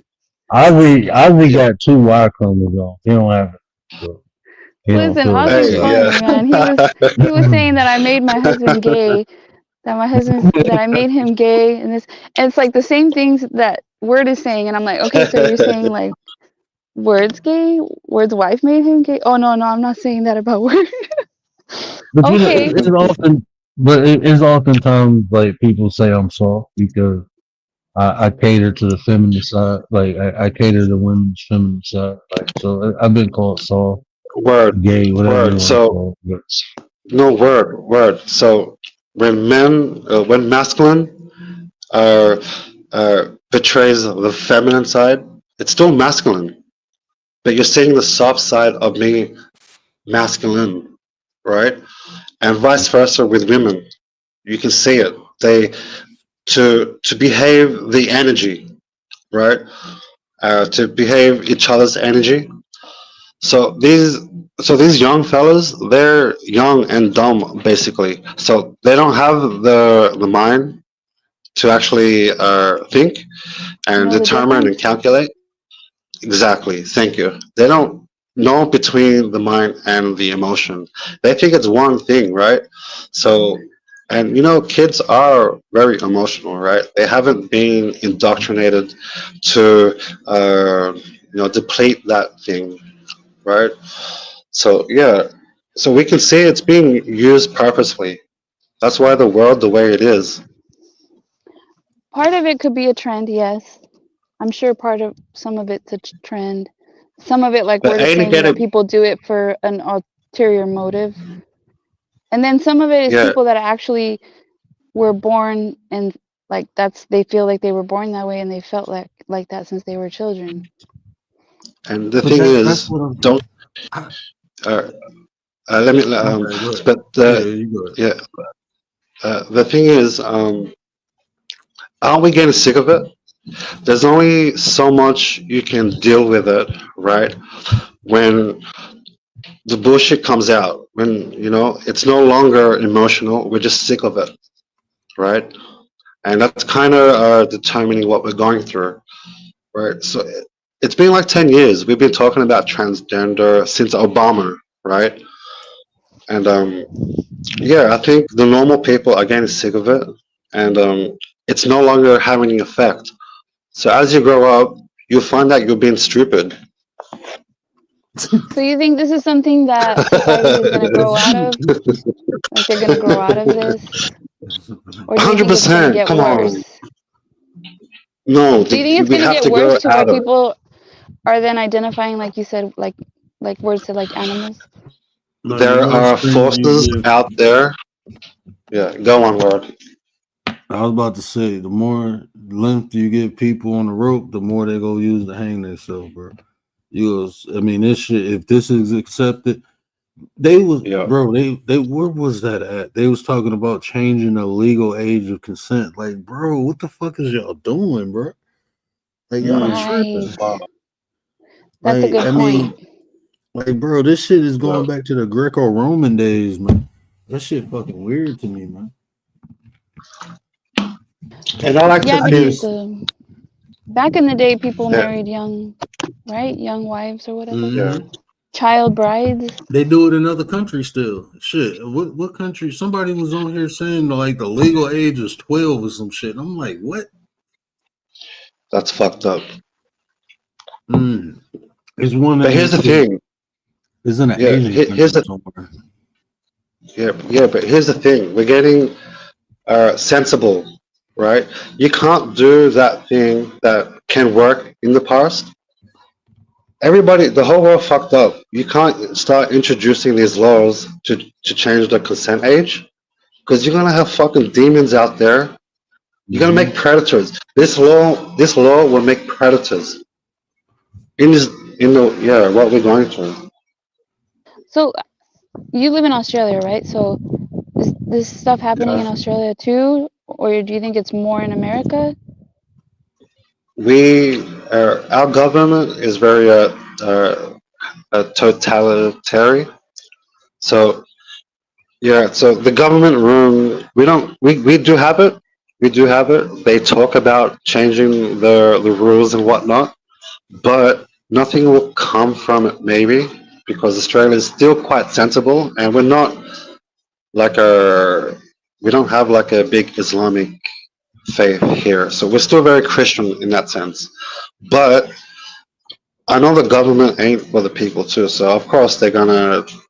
We have a Muslim Islamic community, we have a Christian community, so of course the government will televise, and have the people fight about what should be the age, right?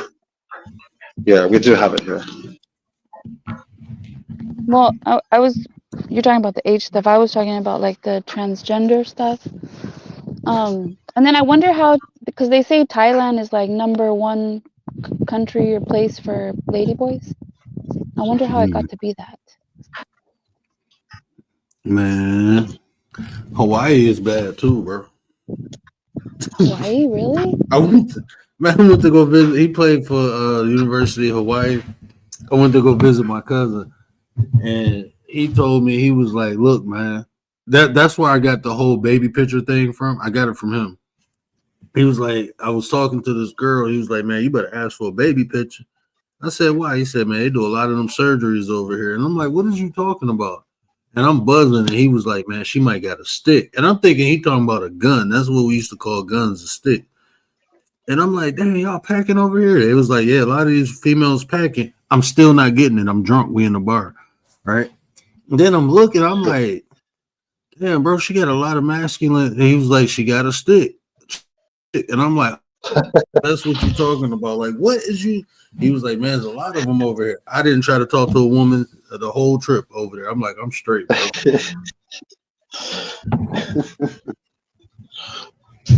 They can fool you, hey. They're because I don't know. Hey, they got Buddhism. I don't know. Maybe that got a thing, because a lot of those type of people would say they're Buddhist, or For real? In Thailand yeah, Oh well, yeah. Thailand. or in Hawaii? So That's oh, you're talking about Hawaii. Oh, you got. Oh wow, shit, that's heavy in Hawaii. Really? yeah. I didn't know that. Damn. That's crazy. Yeah, I don't know. And then I hear a lot about Atlanta having a lot of down low men.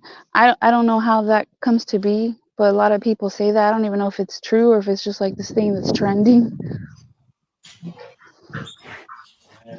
I don't know how those things happen. Yeah, true. It's. I think it stems from spirituality.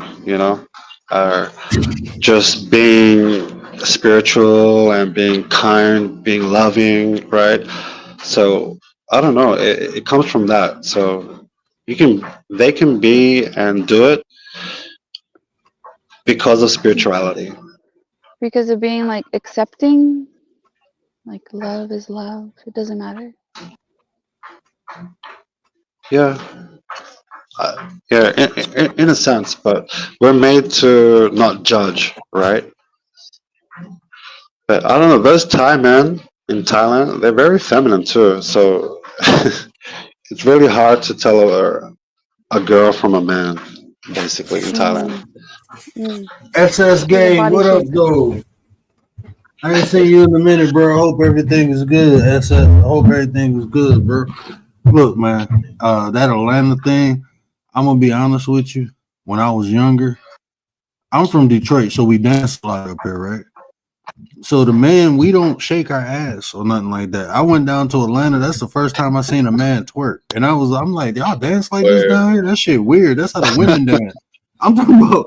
I'm like 12 or 13 saying that. Like, bro, that shit weird. yeah, Don't no man pop their ass like that. That I didn't see that until I went down south, and I'm like, oh, that must be what they do. And then years later, they talking about a lot of down low guys. I'm like, okay, I understand now. They down there popping ass. Like, don't no man dance like that. They pop my ass. What am I popping my ass for?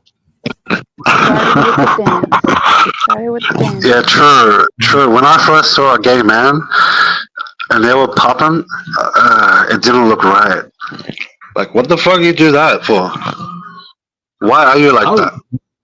bro, I remember when I was younger, and what was it? It was Flip Williams. It was this old actor called Flip Williams. He used to dress up like women, I remember when I was a kid, I was like 4 years old. Man, my grandma beat my ass for wearing her high heels.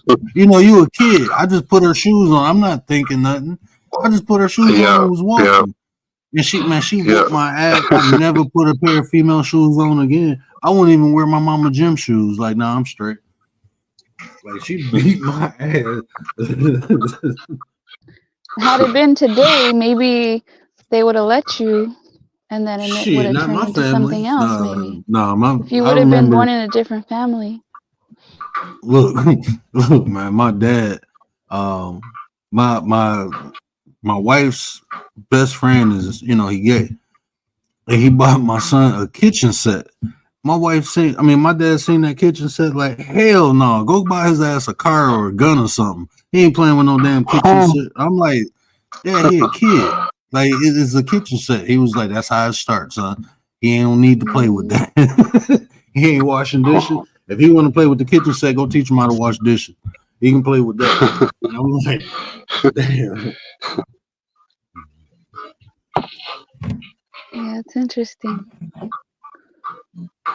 I don't know what I would do. It's just a kitchen set, who cares? But I could see what you're saying, like, oh, okay, that's where it starts. But really, is a kitchen set going to do that?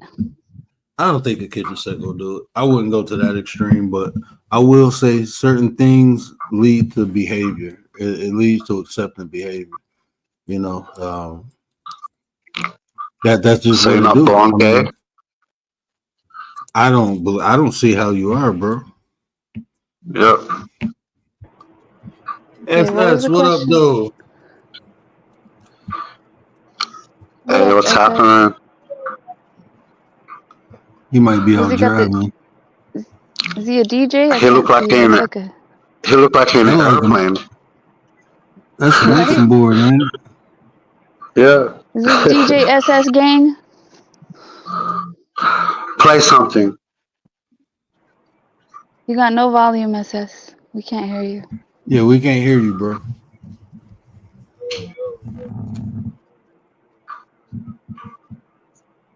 I heard something really low. Yeah, let me see if I can turn your volume Try turning him up.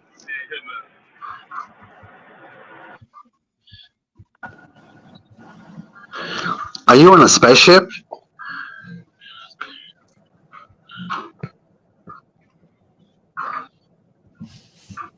Turn them up to 200. Maybe we can hear them. But yeah, but if you ask me my opinion, sexual preference, it's a preference at the end of the day. There we go, guys. There you go. What up, though, bro? Man, chilling, bro. Chilling, man. You on the road? Man. Yes, sir. Been a long time, man. I've been watching you. I just been in the business. I appreciate that, bro. I appreciate it. Yes, sir. Yeah, it's funny you brought up about the down south thing, man. You know, I had to come on here and represent for my down south people. You feel me? It's a little truth in that, but it's not quite accurate. See, you got to realize something. Hip hop is, your version of hip hop is based off where you at, right? Yeah. So down south back then in them days that you talking, we had club music going. Y'all didn't have club music up there in the Midwest. Not like how we had it. New York people was based off lyrics. West Coast was with that gangster rap. Down here, we like to party. We like to dance down here. So, just because you see a man dancing, that don't mean he's fruity at all. At all. You know what I mean? So, it be the ones with the suit and the ties that stand up straight. Them the ones you gotta watch. Them the ones. Them the ones you gotta watch. Yeah. Hey, what does a fruity dad look like? And then when you go to Atlanta, you very rarely meet someone from Atlanta in Atlanta. Yeah. They're like transplants. You're gonna meet people. You're gonna meet more people from New York and Cali in Atlanta than you will a true Southerner. That's the fact. You Because know what I I mean?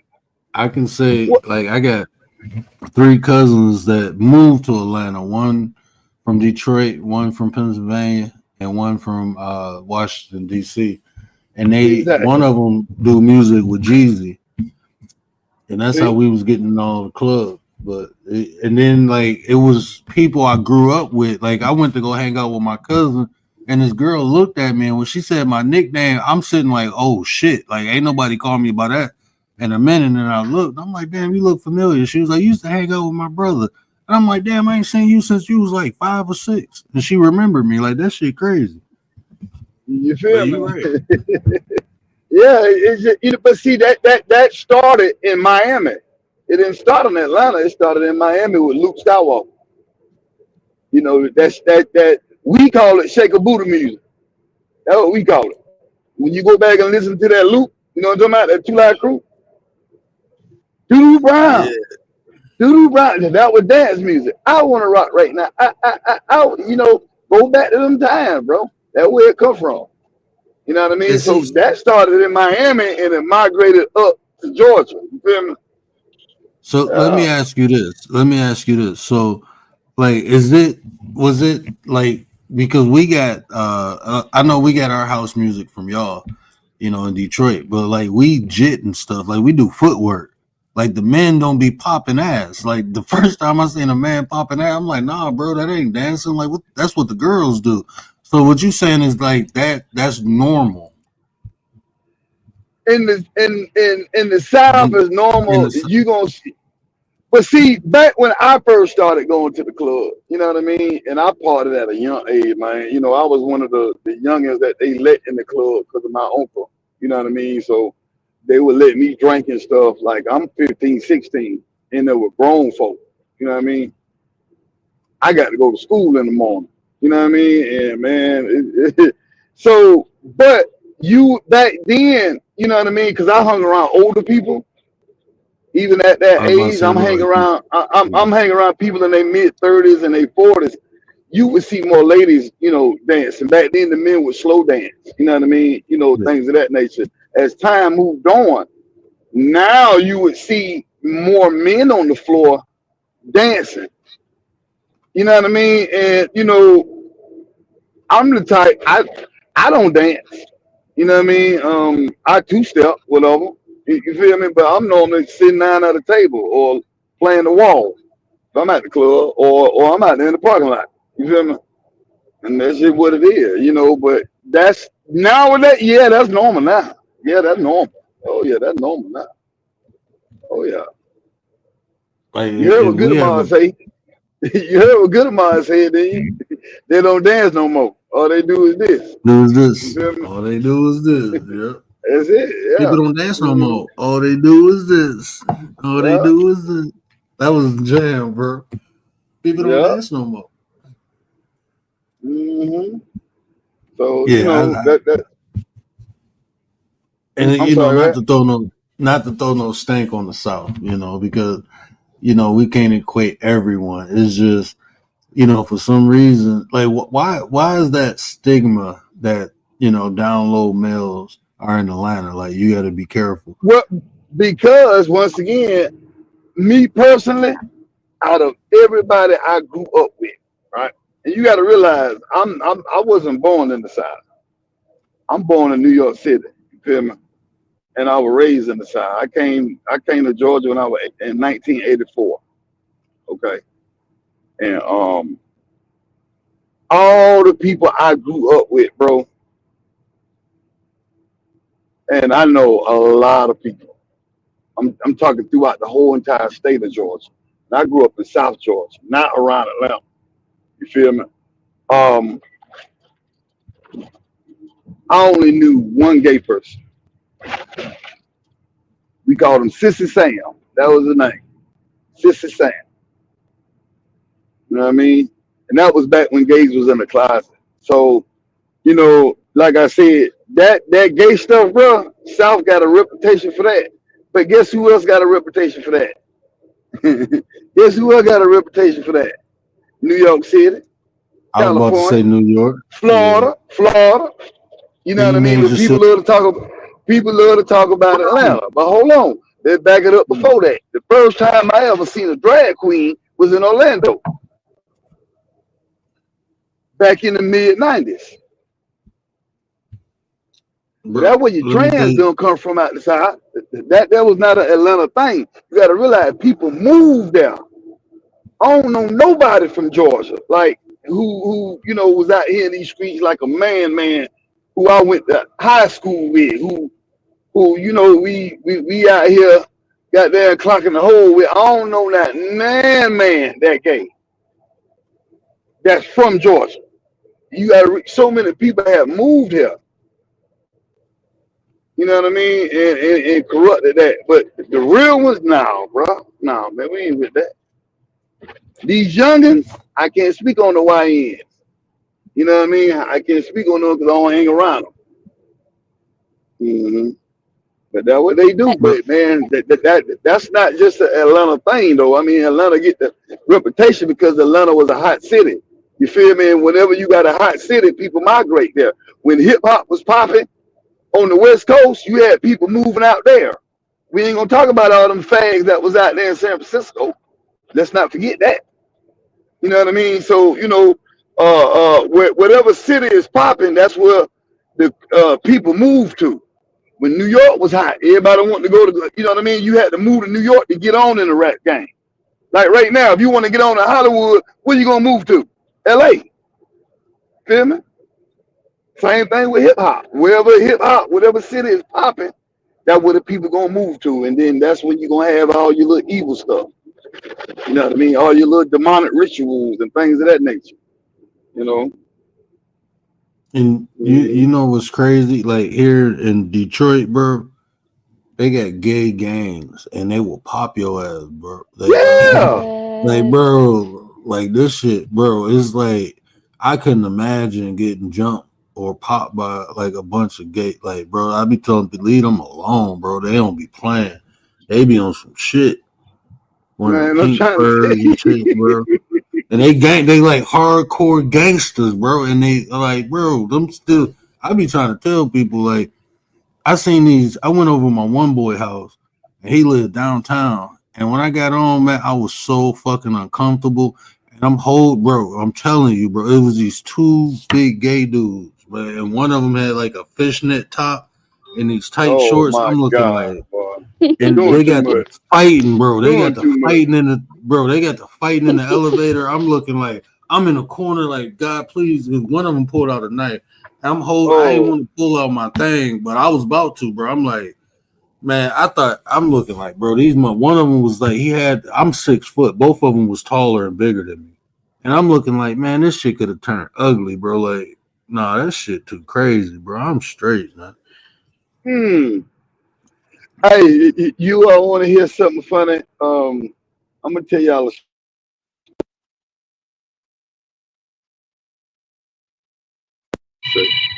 Hold on one second.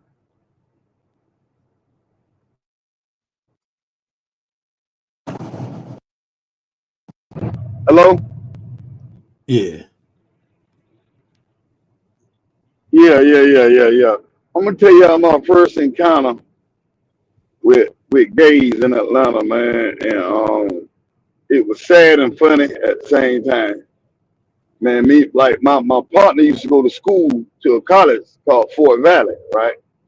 And Fort Valley is like around the Warner Robins, Macon, Georgia area. It's about like an hour and a half south of Atlanta. And this back when Atlanta was popping. You know what I mean? Like Atlanta was real hot. And everybody go to Atlanta on the weekend, party, have fun. Atlanta was like Vegas. You feel me? And we young, like we ain't know nothing about Atlanta like that. So, hey man, y'all come up here, we gonna go to Atlanta, we gonna party, have a good time. All right, sounds good. Bro, we get up there to Atlanta, we drunk, high as hell, riding around, man, we hit Peachtree. And man, we go inside the club, right? We ain't paying attention to nothing now because we wasn't expecting that. We from South Georgia, so all that's like we ain't expecting this. Man, we go inside the club, bro. All we trying to do is get some more drink, bro. We ain't paying attention to who's all in the club. Man, I'm at the bar. I looked around. I said, hey, man, why is it all men in here? Like, damn, you know what I mean? Like, where the ladies at? You know what I mean? Didn't see no lady. All men, bro. I'm like, hey, bro, don't tell me why. You know what I mean? Like our stomach got sick, bro. You feel me? Like, bro, we go outside. We get in the car. My homie drove about maybe 2 or 3 lights, bro. Just pulled the car over, turned the flashes on downtown Atlanta. Pulled the flashes on, bro. We get out the car. We just started throwing up. You know what I mean? And what made it funny was a black police officer had pulled up behind us. And he said, man, what's wrong with y'all? And he knew we were drunk. You feel me? And we told him, hey, man, we just came from that spot down there, man, and we ain't from here. And he started laughing. Man, that cop was, man, he broke a rib, bro. He said, man, I could have told y'all that. He said, look now, I know y'all been drinking now. I know y'all been drinking, but, you know, I'm sorry this happened to y'all in my city. It is what it is. Hey, y'all want to go to that club, go on down a little bit more, bust a left, whatever. Y'all gonna see y'all kind of crowd down there. You know what I mean? Y'all went to the wrong spot. But that thing was so funny. It was funny after the fact, but it wasn't funny then. Yeah, It man. wasn't funny while you was in it. No, man. Because I was like, man, they gonna beat us up and rape us. You know what I'm saying? Like, oh man, you gotta get the hell up out of here. Well, that's everywhere now, though, man. You gotta be careful where you go. Yeah, there's a couple. It was like a bar and grill I used to frequent, and I didn't go for like 2 years, and I didn't know they changed management and stuff. Bro, we didn't even get in the building. We got to the parking lot, and I'm looking like, nah, bro, I'm straight. It was like 2 sets of dudes outside kissing.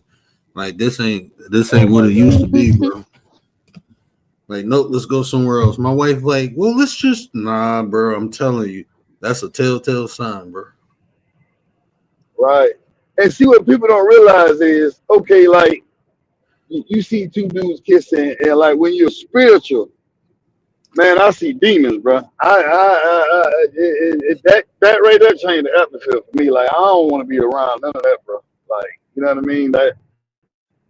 I ain't judging nobody, but I don't want that mess around me, man. Like, Ain't my cup of that tea. brings, yeah, that ain't my cup of tea, and I don't even want to look at the cup. You feel me? I don't even want to see the cup. I don't even want to see the cup. I don't care what kind of tea you got off in there. I don't care if you got Chinese tea, Korean tea, whatever. That ain't none of my business. But I don't want to be around it. You know what I mean? Period. Like, and see, we got to, you know, like it started at home too. You know, y'all got kids, man. You got to talk to your kid about that.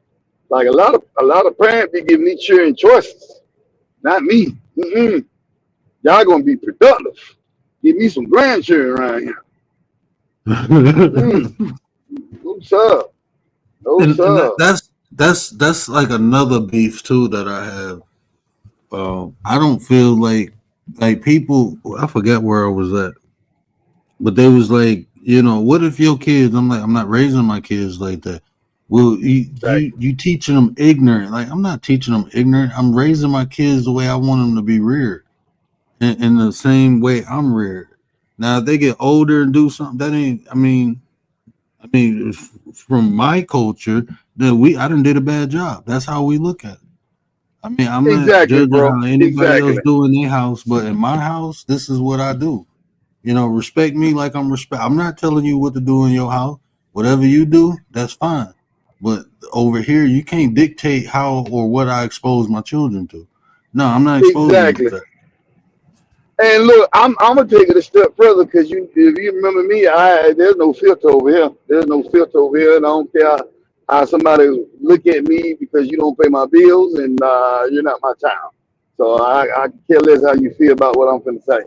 You know what I mean? You know, for anybody that listening, Hey man, we don't do that period in my family or my house. You feel me? And that is an abomination. You know what I mean? That is an unforgivable sin, and that's what I believe. Y'all may believe something else. Good for you. Happy go lucky. Around here, that's a no no. That's a no no. You know what I mean? We ain't doing that. You will get disowned. You will get disowned. You know what I mean? My uncle disowned his daughter. My first cousin, she's gay. She's lesbian. He disowned her. Get out my house. Don't. I'm done with you. Lose my last name too. Exactly what he told me. And now a lot of people say, man, he wrong for that. He wrong for that. Hey, I seen 7 Day Adventist. I seen what's that religion? Kingdom Hall. Forgot what you call it. Not Jehovah Witnesses, something about a hall. I seen them disown their children for smoking weed, for something even less. Like disown them because it make them look bad inside the organization. See what I'm saying? So,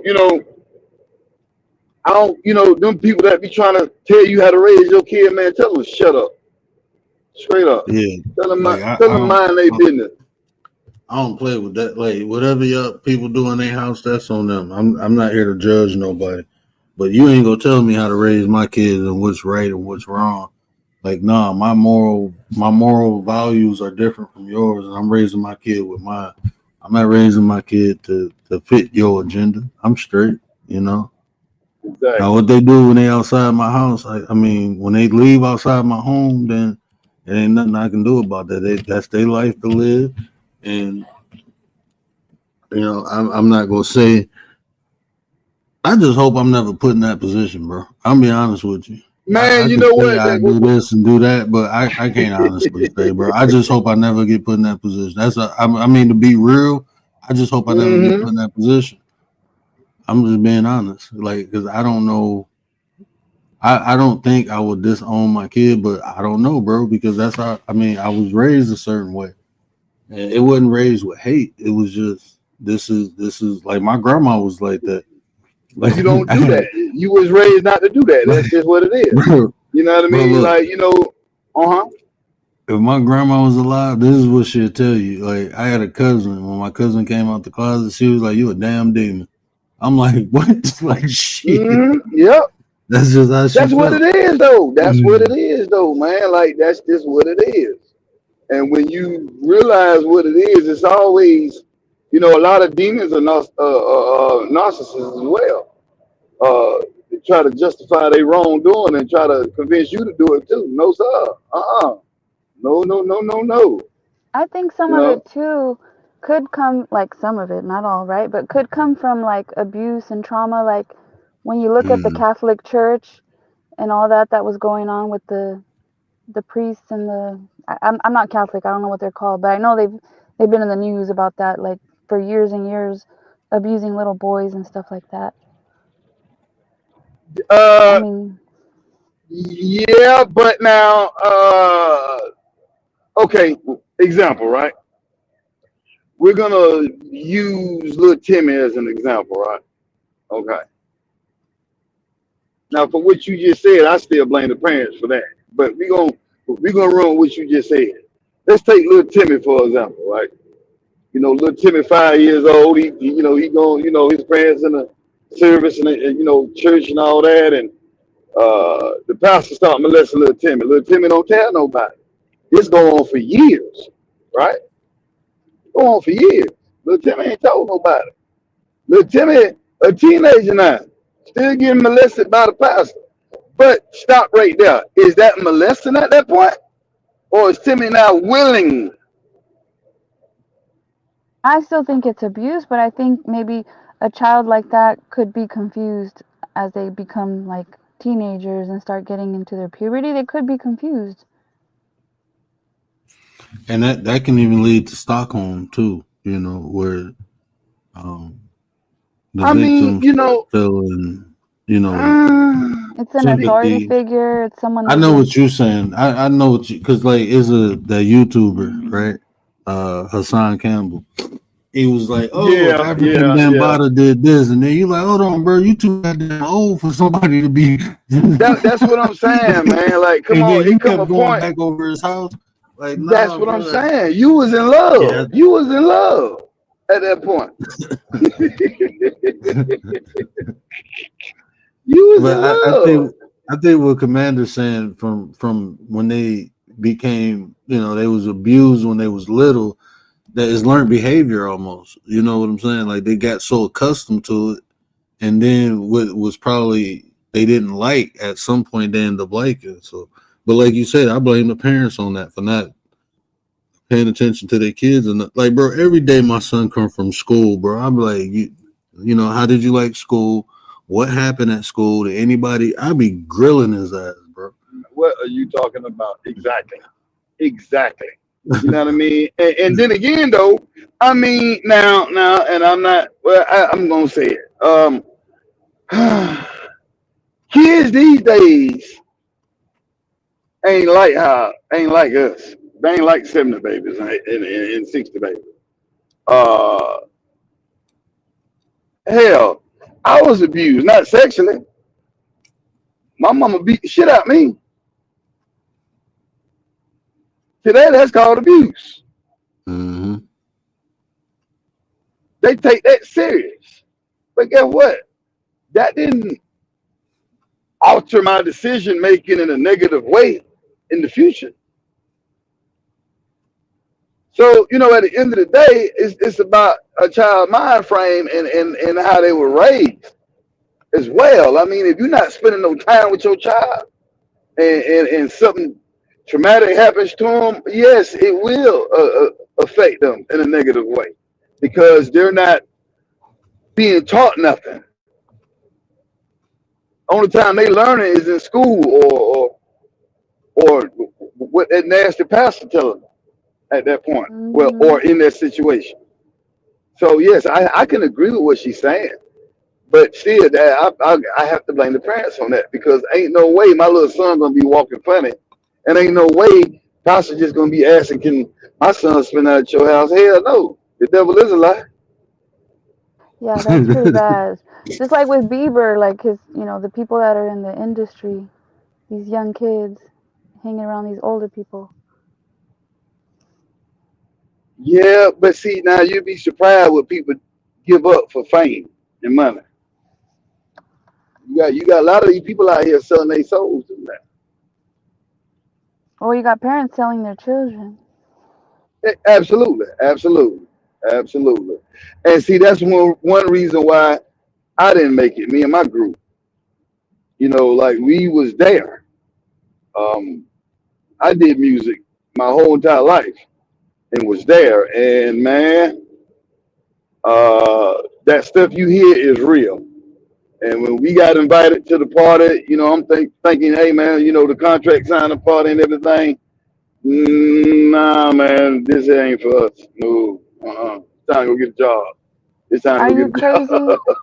Are you crazy? Is someone in the chat? I think he wants to hit the link. He's asking if there's room up here.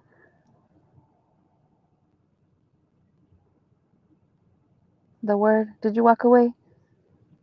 Yeah, it's room, bro. Yeah, it's room, bro. I got room for 10 people, but I'm about to pop up soon though because I'm about to shut down in a minute. I didn't even know it was 4.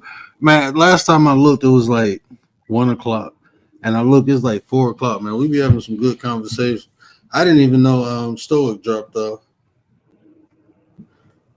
Dookie. But yeah, it's yeah, man, this world is crazy, bro. This world, I know it's different. Like you said, like 70s, baby. I seen it. I was born in '84. When you said that, I was like, damn, I was the year I was born. But I just seen so many things change, the dynamics, and I know you done seen more than me. Like just how the world shifted and changed, and it's happening so rapidly, man. It's like Yeah. I don't know, I bro. mean, I I seen my auntie at the church. Um, so sad at a young age. I want to say I was like uh, 4 or 5 years old, and we was coming from church, and my auntie and her husband was arguing. I remember auntie and aunt was back there arguing in the church, and they got up and left like an hour before service had went out, right? And when we left church, we went to auntie's house, and her husband stabbed her 42 times. Damn. So when we walked in the house, it was like how you watch the crime TV shows, blood everywhere. I've seen this in New York. I've seen people's head get blown off when I was little. You know what I mean? I seen my best friend get hit by a car right in front of me. I've seen a lot of stuff at a very young age, and I ain't went and talked to no shrink about it. You feel me? I ain't went and talked to no pastor about it. Just life. Yeah, everyone's soft now, really soft. You know what? To be honest, I think I talk more about my trauma online than I talked about like in real life, like to a therapist. Like I've never like the things like I realize like it's not normal. Like what I experienced is not what they would call normal, but it was life, bro. Like when you grow up in the hood, man, like seeing somebody get unalized, man. I mean, I didn't see it until I moved to Detroit, but once I moved here, at first it was like a shock, and you like, oh shit, and then you just be desensitized to it, bro. And Exactly. I didn't even realize it was like bad or messed up until like I got away from it. And then I'm like working in a hospital and shit, and where you trying to save people's lives, and you be like, damn, like man, this shit crazy. But when I was younger, it was like that shit normal, man. You be talking to somebody, and then 10 minutes later, they out of here, and it was like that's life, bro. See, now Yeah. everybody claims like PTSD and like Yeah, bro. one experience Like, like messes them up forever. Now they gotta claim man, disability. well, What up, are you when crazy? Welcome. Yeah. welcome. Let me say this real quick, and then Hey, y'all can have it. When I was 11 years old, my cousin got robbed, and I was sitting in the passenger seat. And when he got shot in the head, his head landed in my lap, and I oh passed my out and God. woke up in the hospital, bro. That's the first time I ever seen somebody get unalive. I woke up in the hospital. I didn't even know what happened. And then, like when they was telling me that everything started playing, I passed out and fainted because his head was in my lap. Like he fell in my lap, bro. I was 11 years old, and I didn't even like even to this day. Like when I process it, is like the only thing I can think of is don't get caught slipping. I'm gonna be honest with you. Like this is what happens when you're not paying attention to your surroundings. It was a lesson for me. Yeah.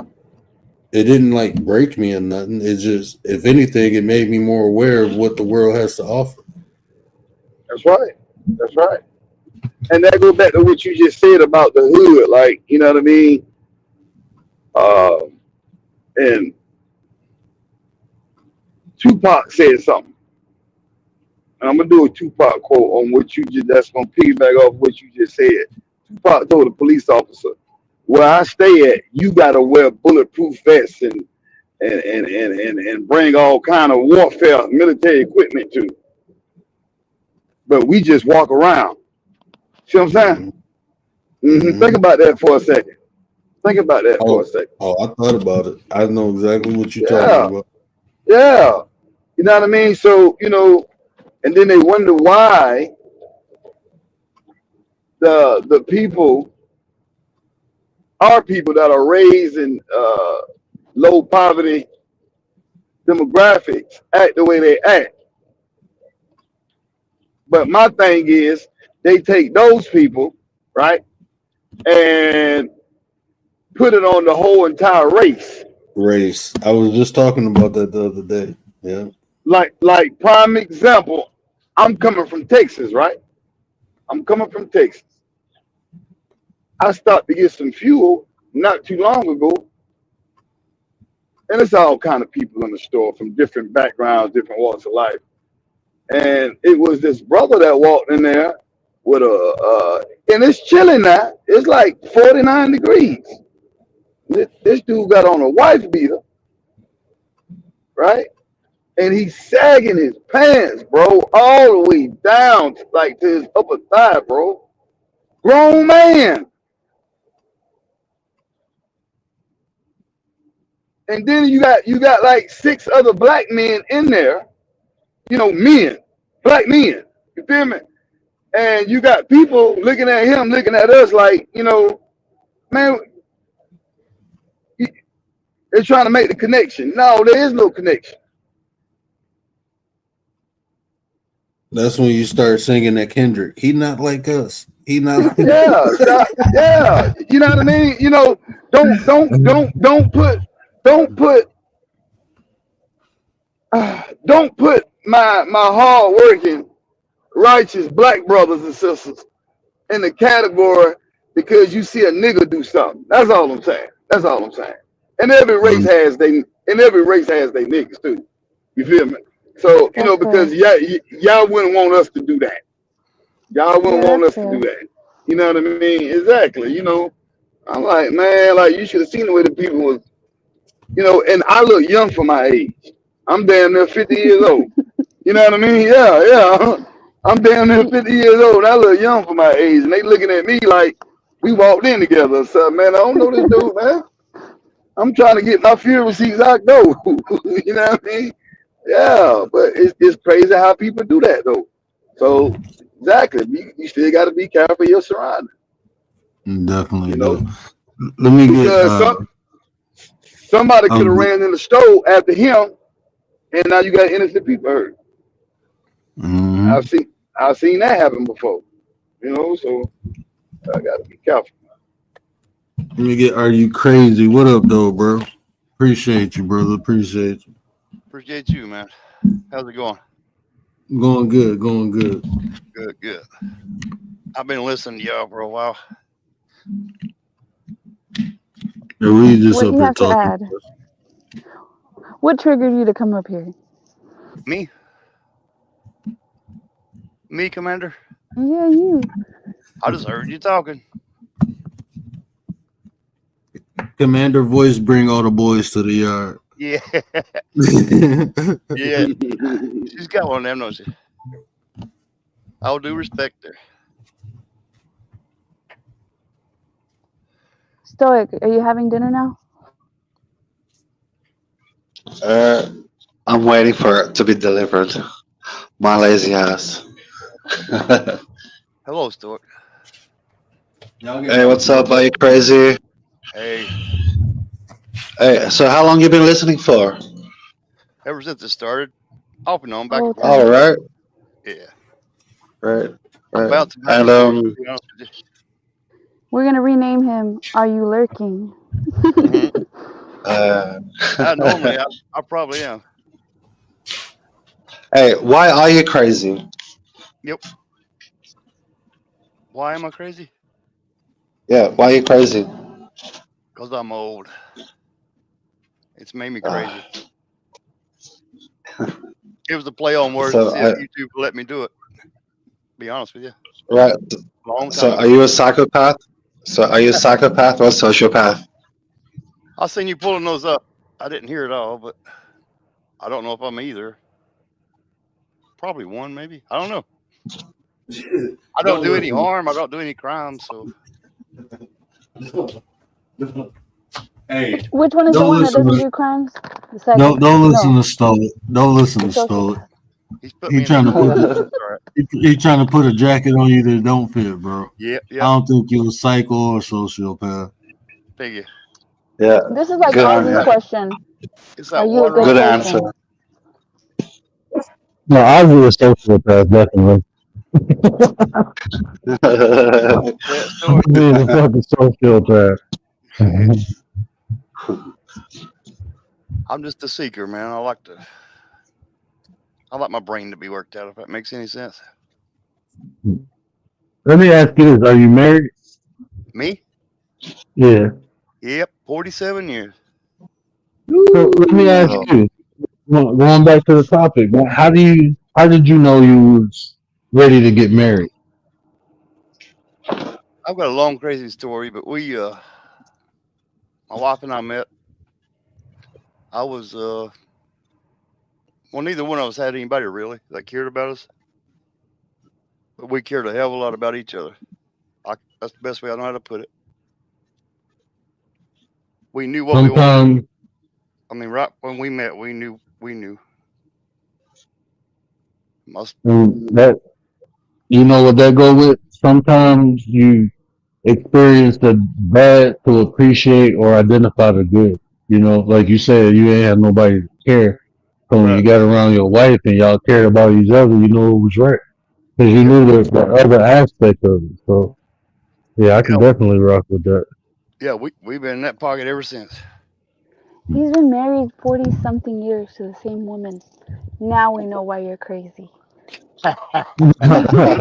Yeah, you're right. You're right, Commander.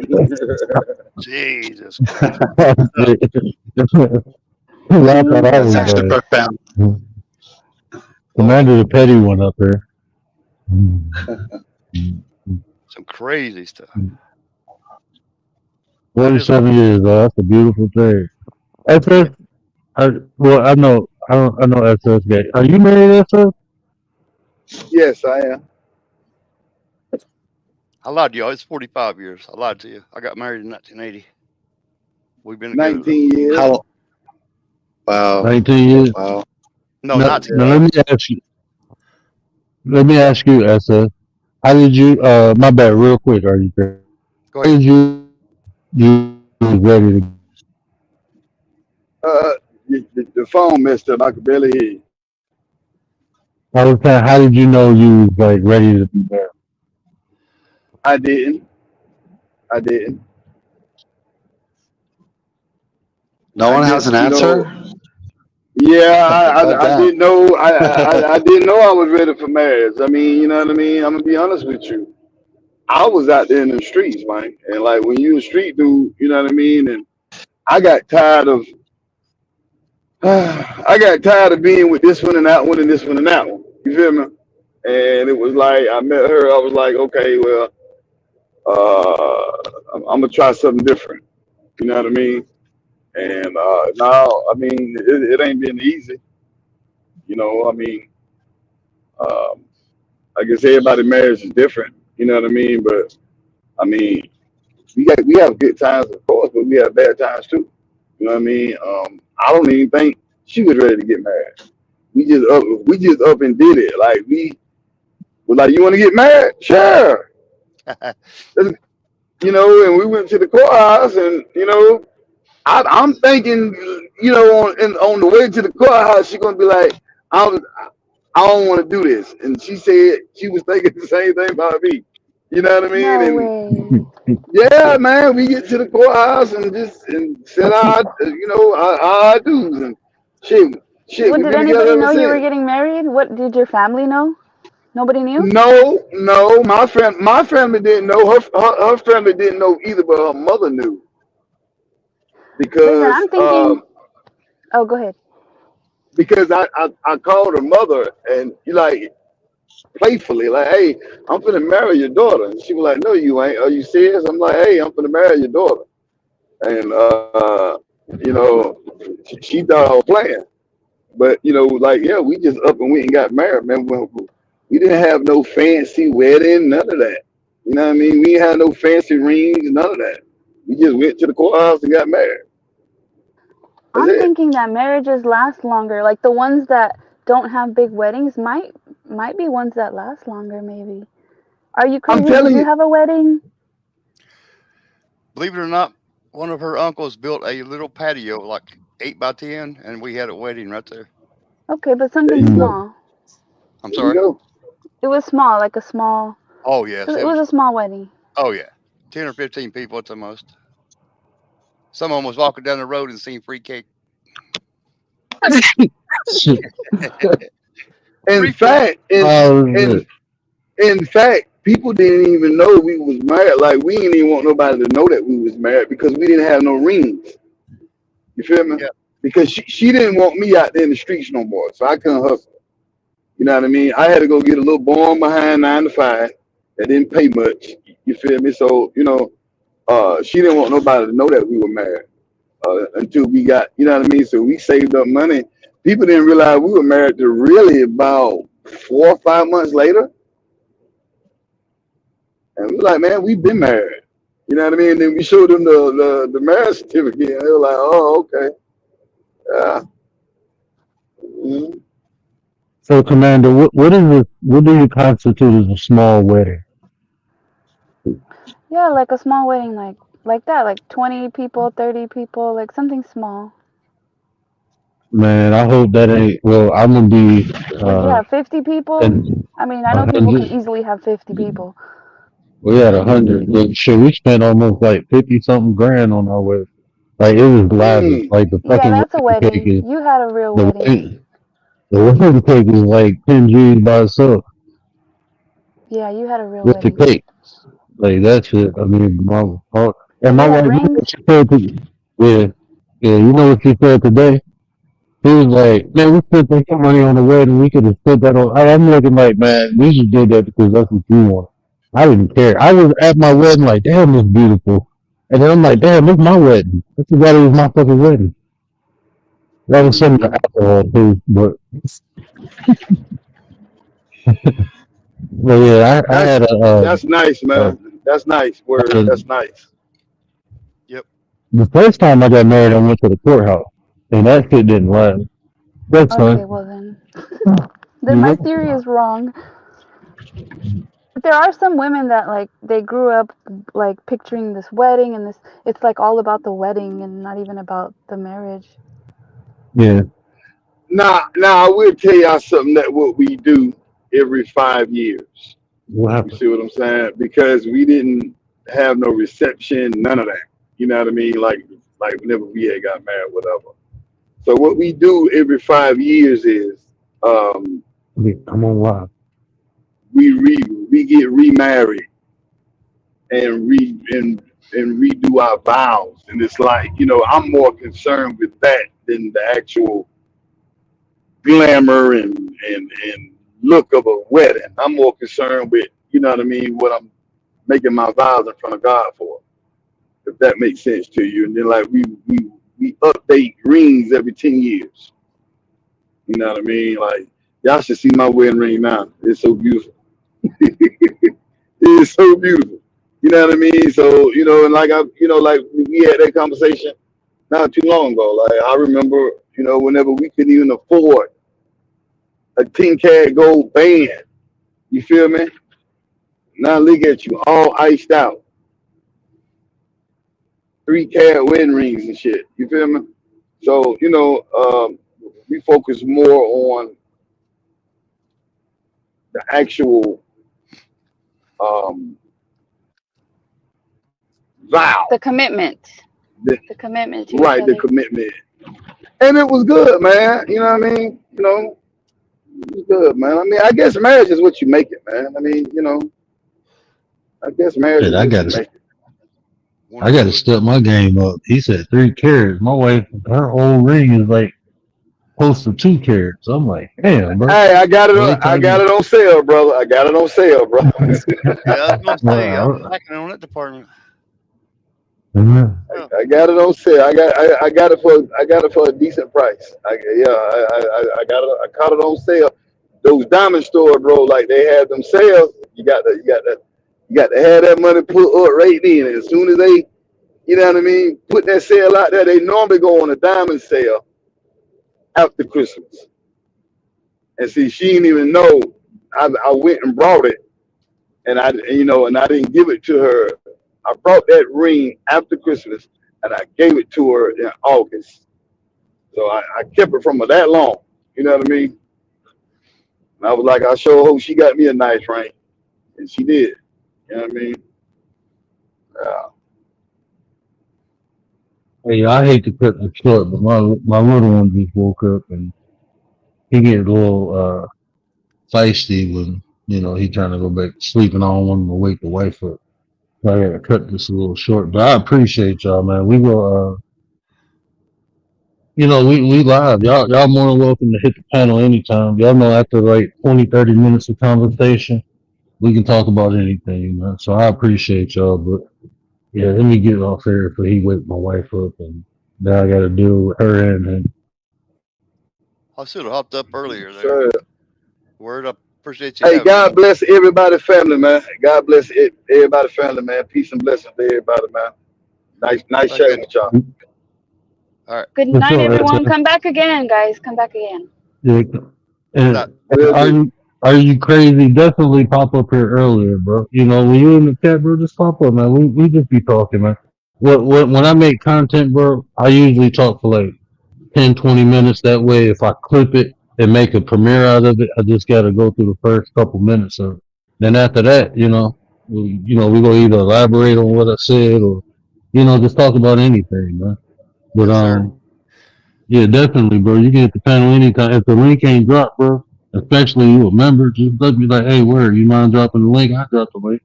And if I don't see it, Commander will see it, so she'll tell me. That's kind of like my eyes in the chat. All right. I'll do it. Y'all have a good one. Good morning. You too, bro. You All right, too. brother. God bless. Peace. Peace out, man. Yeah, man, that was a good conversation, y'all. I appreciate y'all. I'm not even gonna play the full outro because my son is tripping. I don't even know if y'all hearing me in the background, but yeah, I call them thing one and thing two because they do the complete opposite of what I say. But I appreciate y'all. Y'all know what I always say: care about how you feel. These are conversations to build nations. And if I say anything to resonate with you, do me a favor: hit that share button. Tell somebody.